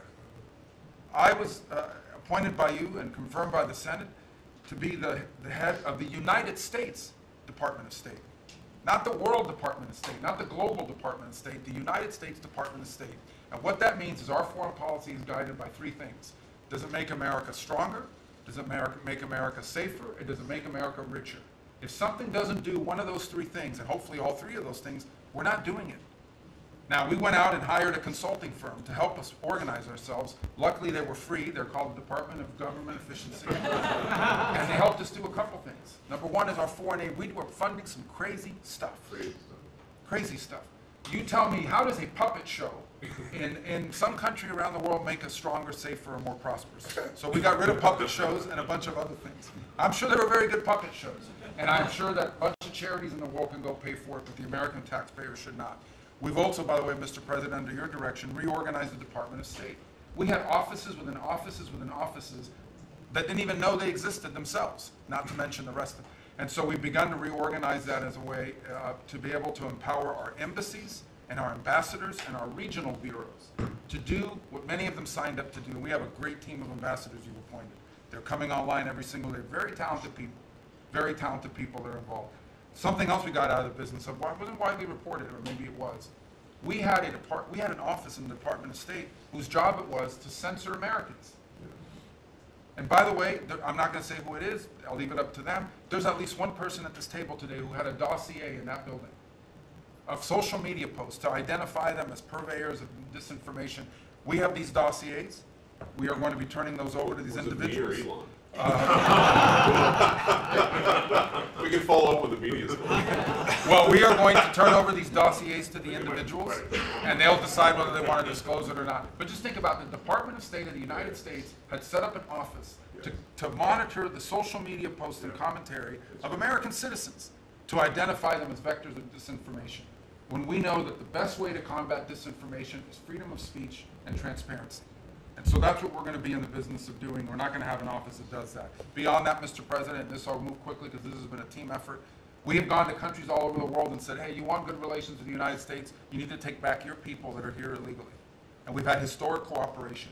Beyond that, and I say this unapologetically, we are actively searching for other countries to take people from third countries.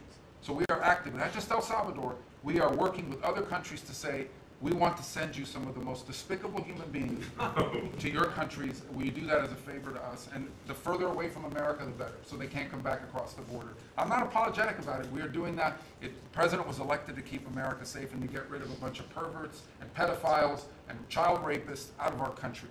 Here's something else we've done. We stopped giving student visas to people who are coming here to burn down our universities and take over libraries and harass people. Why are we giving student visas to people who are coming here to create disruption? And we've taken away the student visas of people that are coming here to do that. It's simple. If you're coming to America to start riots, we're not going to give you, we're going to take away your student visa. And by the way, every country in the world that I've traveled, 14 countries in 14 weeks, you know what they all say to me? Yes, that's what we would do too. So the only people who seem to disagree with this are a handful of federal judges and a bunch of crazy people who get paid to write and report. So anyway, we're getting rid of that. The last, but now here's some good news.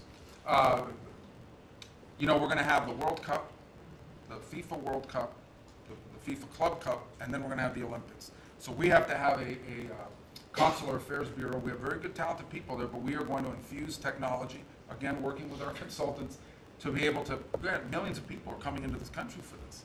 And, but I also, we've done it to improve customer service. So some of us who served in Congress recognize that about a year and a half ago, we had a meltdown under Biden. You couldn't get a passport. You have people calling, I have a cruise on Friday, my passport expires. In the month of March, we processed 2.78 million Americans, their passports. That is the historic, never in any, it's the largest single month processing of passports ever, and we think it's a good way to build the momentum to be able to do the visas. Two last points I want to make. We have a great team that you've built. I want to especially acknowledge Steve Woodcock. This is a person that doesn't have to be doing what he's doing. He has a very good life in Miami, my hometown as well. He has worked incredibly hard, has done it without any agenda, and we need to acknowledge him. I want to acknowledge Mr. Boulos as well, who did something really great last week. They told us this war between the Democratic Republic of Congo and Rwanda is an intractable. It can never happen. It will never happen. I sent Mr. Boulos, your envoy. A week later, I look on my schedule, the signing of a declaration of peace between the Democratic Republic of Congo and Rwanda. We signed it at the State Department last week. We hope it will lead now to a lasting, permanent peace that we hope to invite them back to Washington to sign. So two great, and we have a lot of good people working on our teams as well, but these are two great people.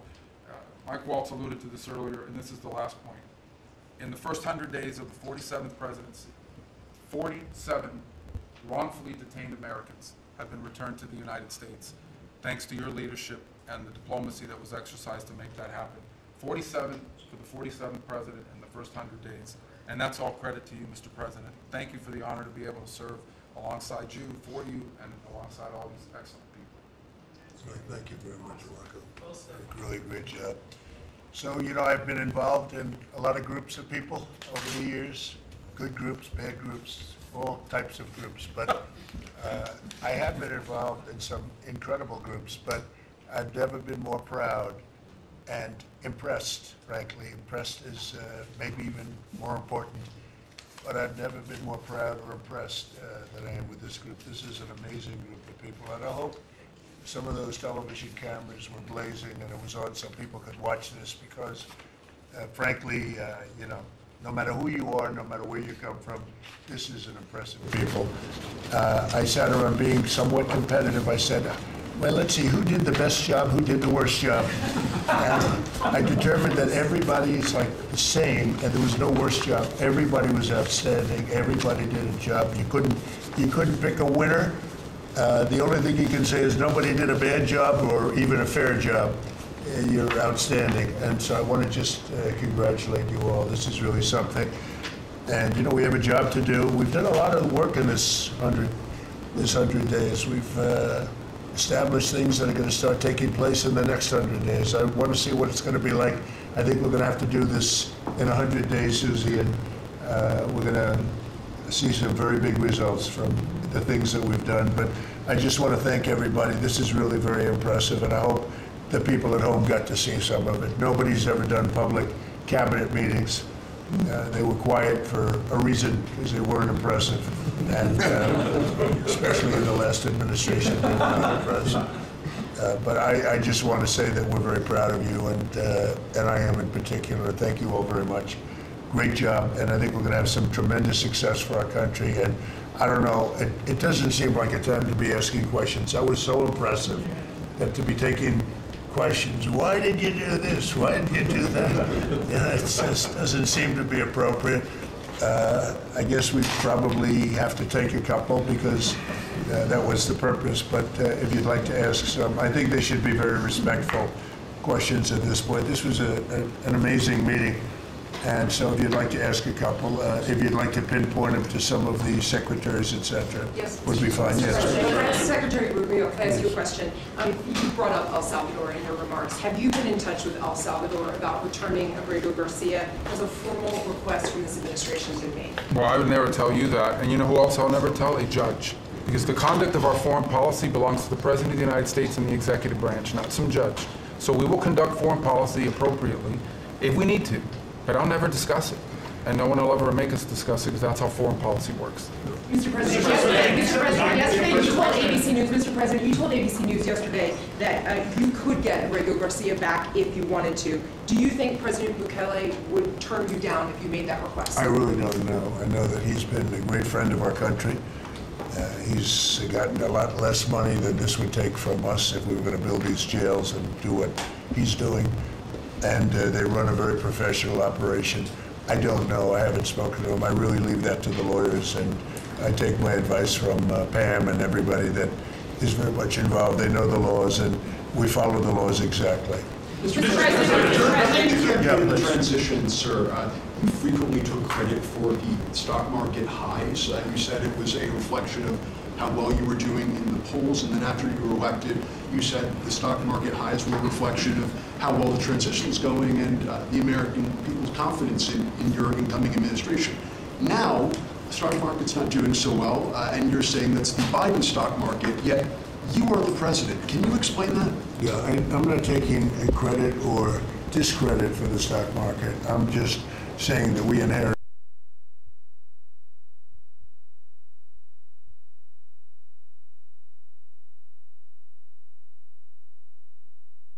place for 4 years before us. When you look at prisoners being allowed to come into our country at will, just at will, people from mental institutions, gang members, drug dealers, when you look at that, what they've done to our country, and also having to do with finance, look at what happened with inflation. We had the worst inflation probably in the history of our country.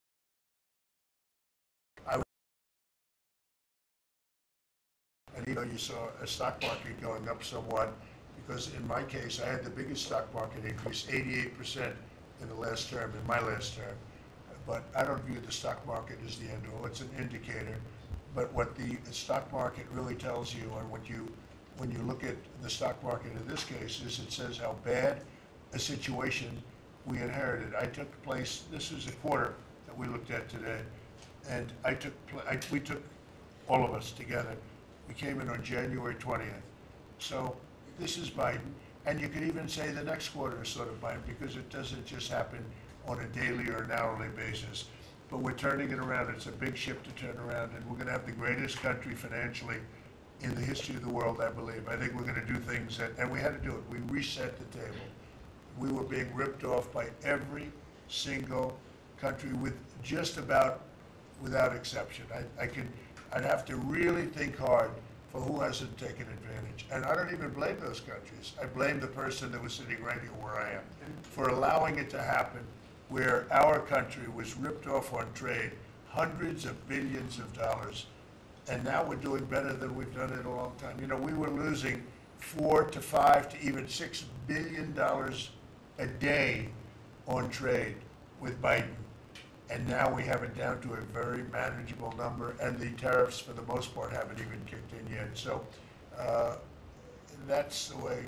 Stock markets, to me, are an indication, but the big indication is what's happening, and the people around the table know what's happening. The Ukraine minerals deal is set to be signed in 24 hours or so. Is it true that the Ukraine minerals deal is about to be signed in the next 24 hours or so? There's some reports saying that. And if it's true, has the deal changed at all from the last time we heard about it? Well, I'll ask Scott to answer the question, because he's responsible for it. Yeah, our side's ready to sign. The Ukrainians decided last night to make some last-minute changes.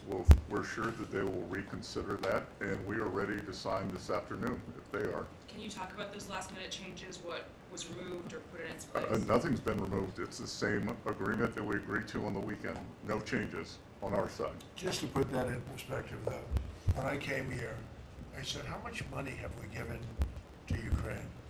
The real number is about $350 billion. It's unthinkable.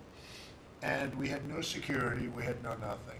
We were just pouring money there, unsecured money, putting it in banks, and anybody could have taken it out. Anybody over there, was their decision. I've never seen anything like it. Europe, on the other hand, which is obviously that whole situation is much more important to Europe because we have an ocean in between, but Europe gave about $100 billion. It's a lot of money. It's a big sacrifice they made also. But they gave much less than we did.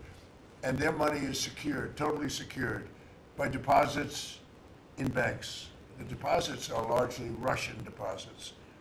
That's what Europe did, but their money is secured. So they gave $100 billion totally secured. We gave money like it's throwing it out the window. And it was done by Biden, and this is Biden's war.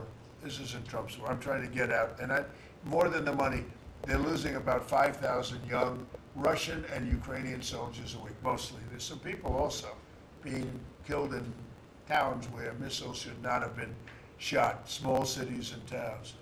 But we are trying to save the lives of about 5,000 young, mostly soldiers, that are losing their lives a week. I see satellite photos, probably off one of his satellites, come to think of it, but I see satellite photos every week of fields with arms and heads and legs scattered all over. It's a violent, violent, horrible situation. And more important than the money, I want to save the lives of people from other countries that are dying so stupidly, so needlessly, and they're dying. But I said, what are we doing? How did we get into this war? It would have never happened if I were president. Everybody knows, and it didn't happen for 4 years. Wasn't even thought of. I discussed it with President Putin a lot. Ukraine was the apple of his eye, but there was no way he was going to do anything. Zero chance. And I said, you know, we feel foolish. The Europeans are putting up money, it's totally secure. They get the money back. We're putting up much more money. We have absolutely nothing. And I didn't want to make a complicated deal. I didn't want to make a deal that couldn't be made because Ukraine doesn't have very much money. They're going through a very bad period of time. It's been brutal. But I felt very foolish being a judge, so I said, well, we want something for our efforts beyond what you would think would be acceptable. And we said rare earth. They have very good rare earth. As you know, we're looking for rare earth all the time. Rare earth is called rare for a reason. And they have a lot, and we made a deal where our money is secure, where we can start digging and doing what we have to do. It's also good for them because you'll have an American presence at the site, Chris. And the American presence will, I think, keep a lot of bad actors out of the country, or certainly out of the area where we're doing the digging. So we made a deal, and I assume they're going to honor the deal. I put Scott in charge, and Scott's done it beautifully, but we haven't really seen the fruits of that deal yet. I suspect we will. I suspect we will. Mr. President, in progress. You had set a 90-day deadline through an executive order for Secretaries Hegseth and Noem to review whether to recommend to you whether to invoke the Insurrection Act to send troops to the southern border. Is that something you're still considering? Well, I'm talking to them, and it's not hard and fast, but I'm talking to them, and I will tell you that the border is the most secure it's ever been. We have never had anything like it. And when you said, Christy, before, it's 99.999, and I guess that means one person maybe, or two people. It's actually turned out to be 3 people came across the border versus hundreds of thousands of people under Biden. And we're talking about people coming, look, people, they have souls, they have hearts, many of them are good, but we have a country that's under siege. We have a country that really is I think it's under attack. In many ways worse than under attack because there are no uniforms. You don't know who the attacker is, so you really don't. It's not like you're fighting an army. You're fighting people, you don't even know who they are. But 11,888 murderers, many of them murdered far more than one person, are roaming. Now, some of them have already been caught. A lot of them have already been caught, taken out.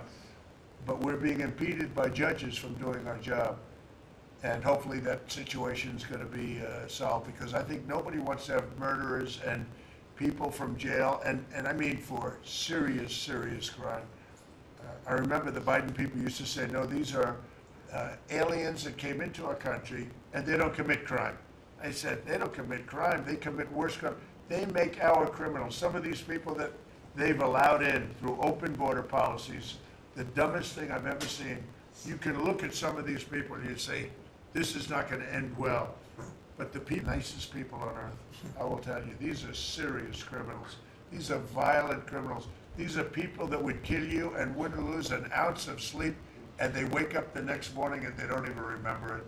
This is a rough, tough group of people, and we've got to get them out of our country. And the law says, I believe, I hope, and I think Pam will be very successful in proving it, but we've run into, I would call them rogue judges. Somebody could criticize me for that. These are rogue judges. These are radical left, generally radical left, horrible judges. And we didn't lose all of these people. You know, we've lost a lot of people to death and to rape, all sorts of crimes committed by the people that poured into our country. And they came in totally unimpeded. Just come on in. And you see it every night. You'd see thousands and tens of thousands of people pouring into our country. We have no idea who they are. And to this day, we're looking for people. We have no idea. We hear that we have terrorists in our country that are so bad, they couldn't stay in any other country, but we're getting them out. And the group between Pete and Christie and Tom Holman and everybody working together, people that you would least suspect are reporting them, getting, and the public is reporting them. The public is seeing. The public is calling and they're saying, you know, I live in a house and next to me moved in a group of people and they are very violent, and would go and would find out and would say, yeah, you're right, they were really violent, and we have information on most of them. So I just think it's incredible what's taken place. But we right now have a very, very secure border. Right now we have the most secure border in the history of our country, so I don't think we have to worry about your question too much. Mr. President, Canada ran against, not only against the conservatives, but also against you. Yesterday, yesterday he spoke about American betrayal. Are you interested in rebuilding relations with Canada, and if so, how? No, well, I think we're going to have a great relationship. He called me up yesterday. He said, "Let's make a deal." You know, he was running for office. They both hated Trump, and it was the one that hated Trump, I think, the least that won. I actually think the conservative hated me much more than the so-called liberal. He's a pretty liberal guy. But no, I spoke to him yesterday. Couldn't have been nicer, and I congratulated him. You know, it was a very mixed signal, because it's almost even, which makes it very complicated for the country. It's a pretty tight race, but he's a very nice gentleman, and he's going to come to the White House very shortly, within the next week or less. Mr. President, when will you speak to President Xi of China? That'll happen. I mean, look, right now, and I told you before, they're having tremendous difficulty because their factories are not doing business. They made $1 trillion with Biden, $1 trillion, even $1.1 trillion with Biden selling us stuff. Much of it we don't need. You know, somebody said, oh, the shelves are going to be open. Well, maybe the children will have $2 instead of $30, you know. And maybe the $2 will cost a couple of bucks more than they would normally. But we're not talking about something that we have to go out of our way. They have ships that are loaded up with stuff, much of which, not all of it, but much of which we don't need. And we have to make a fair deal. We've been ripped off by every country in the world, but China, I would say, is the leading one, the leading candidate for the chief ripper offer. There has never been a country that's been ripped off more than the United States of America under some of the dumbest leadership, and it usually starts with the president. And you can go back, and I'm not just talking about Biden. It's been the worst. I mean, the trade deficits and everything else, he's been the worst. But but he had no idea what he was doing. And I think somebody ought to look at the auto pen to find out who was really running this country, because it wasn't Biden. Because nobody could agree to what he agreed to. I mean, he put our country at risk, at tremendous risk, and fiscal risk, financial risk. So I think we have it very much. I really believe that the next 100 days is going to be even better than this. Look, I read an editorial yesterday from a group that normally wouldn't write a good, that this is the most consequential presidency in history, in the history of our country. This is not a particular group that would write that kind of an editorial, but they see what we're doing and what we had to do. And I believe if this group, not just me, if this group wasn't here, I think our country was going to be in, if it was lucky, just serious trouble, but a lot worse than that. I think our country could have been a total disaster. Bad things were happening with our country, and we've stemmed the tide, we've turned it around, but we're going to really turn it around over the next 3 years, 3.5 years, we're going to turn it around, and then hopefully it'll be in such great shape. That's my goal, to put it in such great condition that it can't be destroyed. Do you believe you mentioned this last night in your speech in Macomb, that we're facing an unprecedented situation where there's a lot of abuses of nationwide injunctions, sort of seemingly designed to curtail your power, specifically when it comes to deporting these illegal, violent aliens that came in under the previous administration. Have you spoken to your team about ways to mitigate this and continue to deliver for the American people on that aspect? There are ways to mitigate it, and there's some very strong ways. There's one way that's been used by 3 very highly respected presidents, but we hope we don't have to go that route. But there is one way that has been used very successfully by 3 presidents, all highly respected, and hopefully we don't have to go that way. But there are ways of mitigating that. I want to thank you all very much. I thought this was an incredible cabinet meeting. I think there's probably has never been a cabinet meeting like this, and you've never seen it on tape, that I can tell you. And I want to just congratulate everybody at the table, but we have a lot of work to do, but we're off to a great start. Thank you very much, everybody. Do you enjoy, Mr. President, in the White House back second time? How's your life? I'm working hard. I like my life. I'm working hard, but I like it because we're doing a lot of good for a lot of people. Thank you very much. Thank you. Thank you, everybody. Thank you.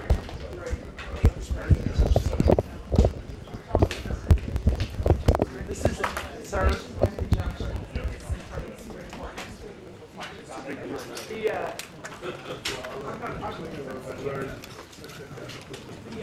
our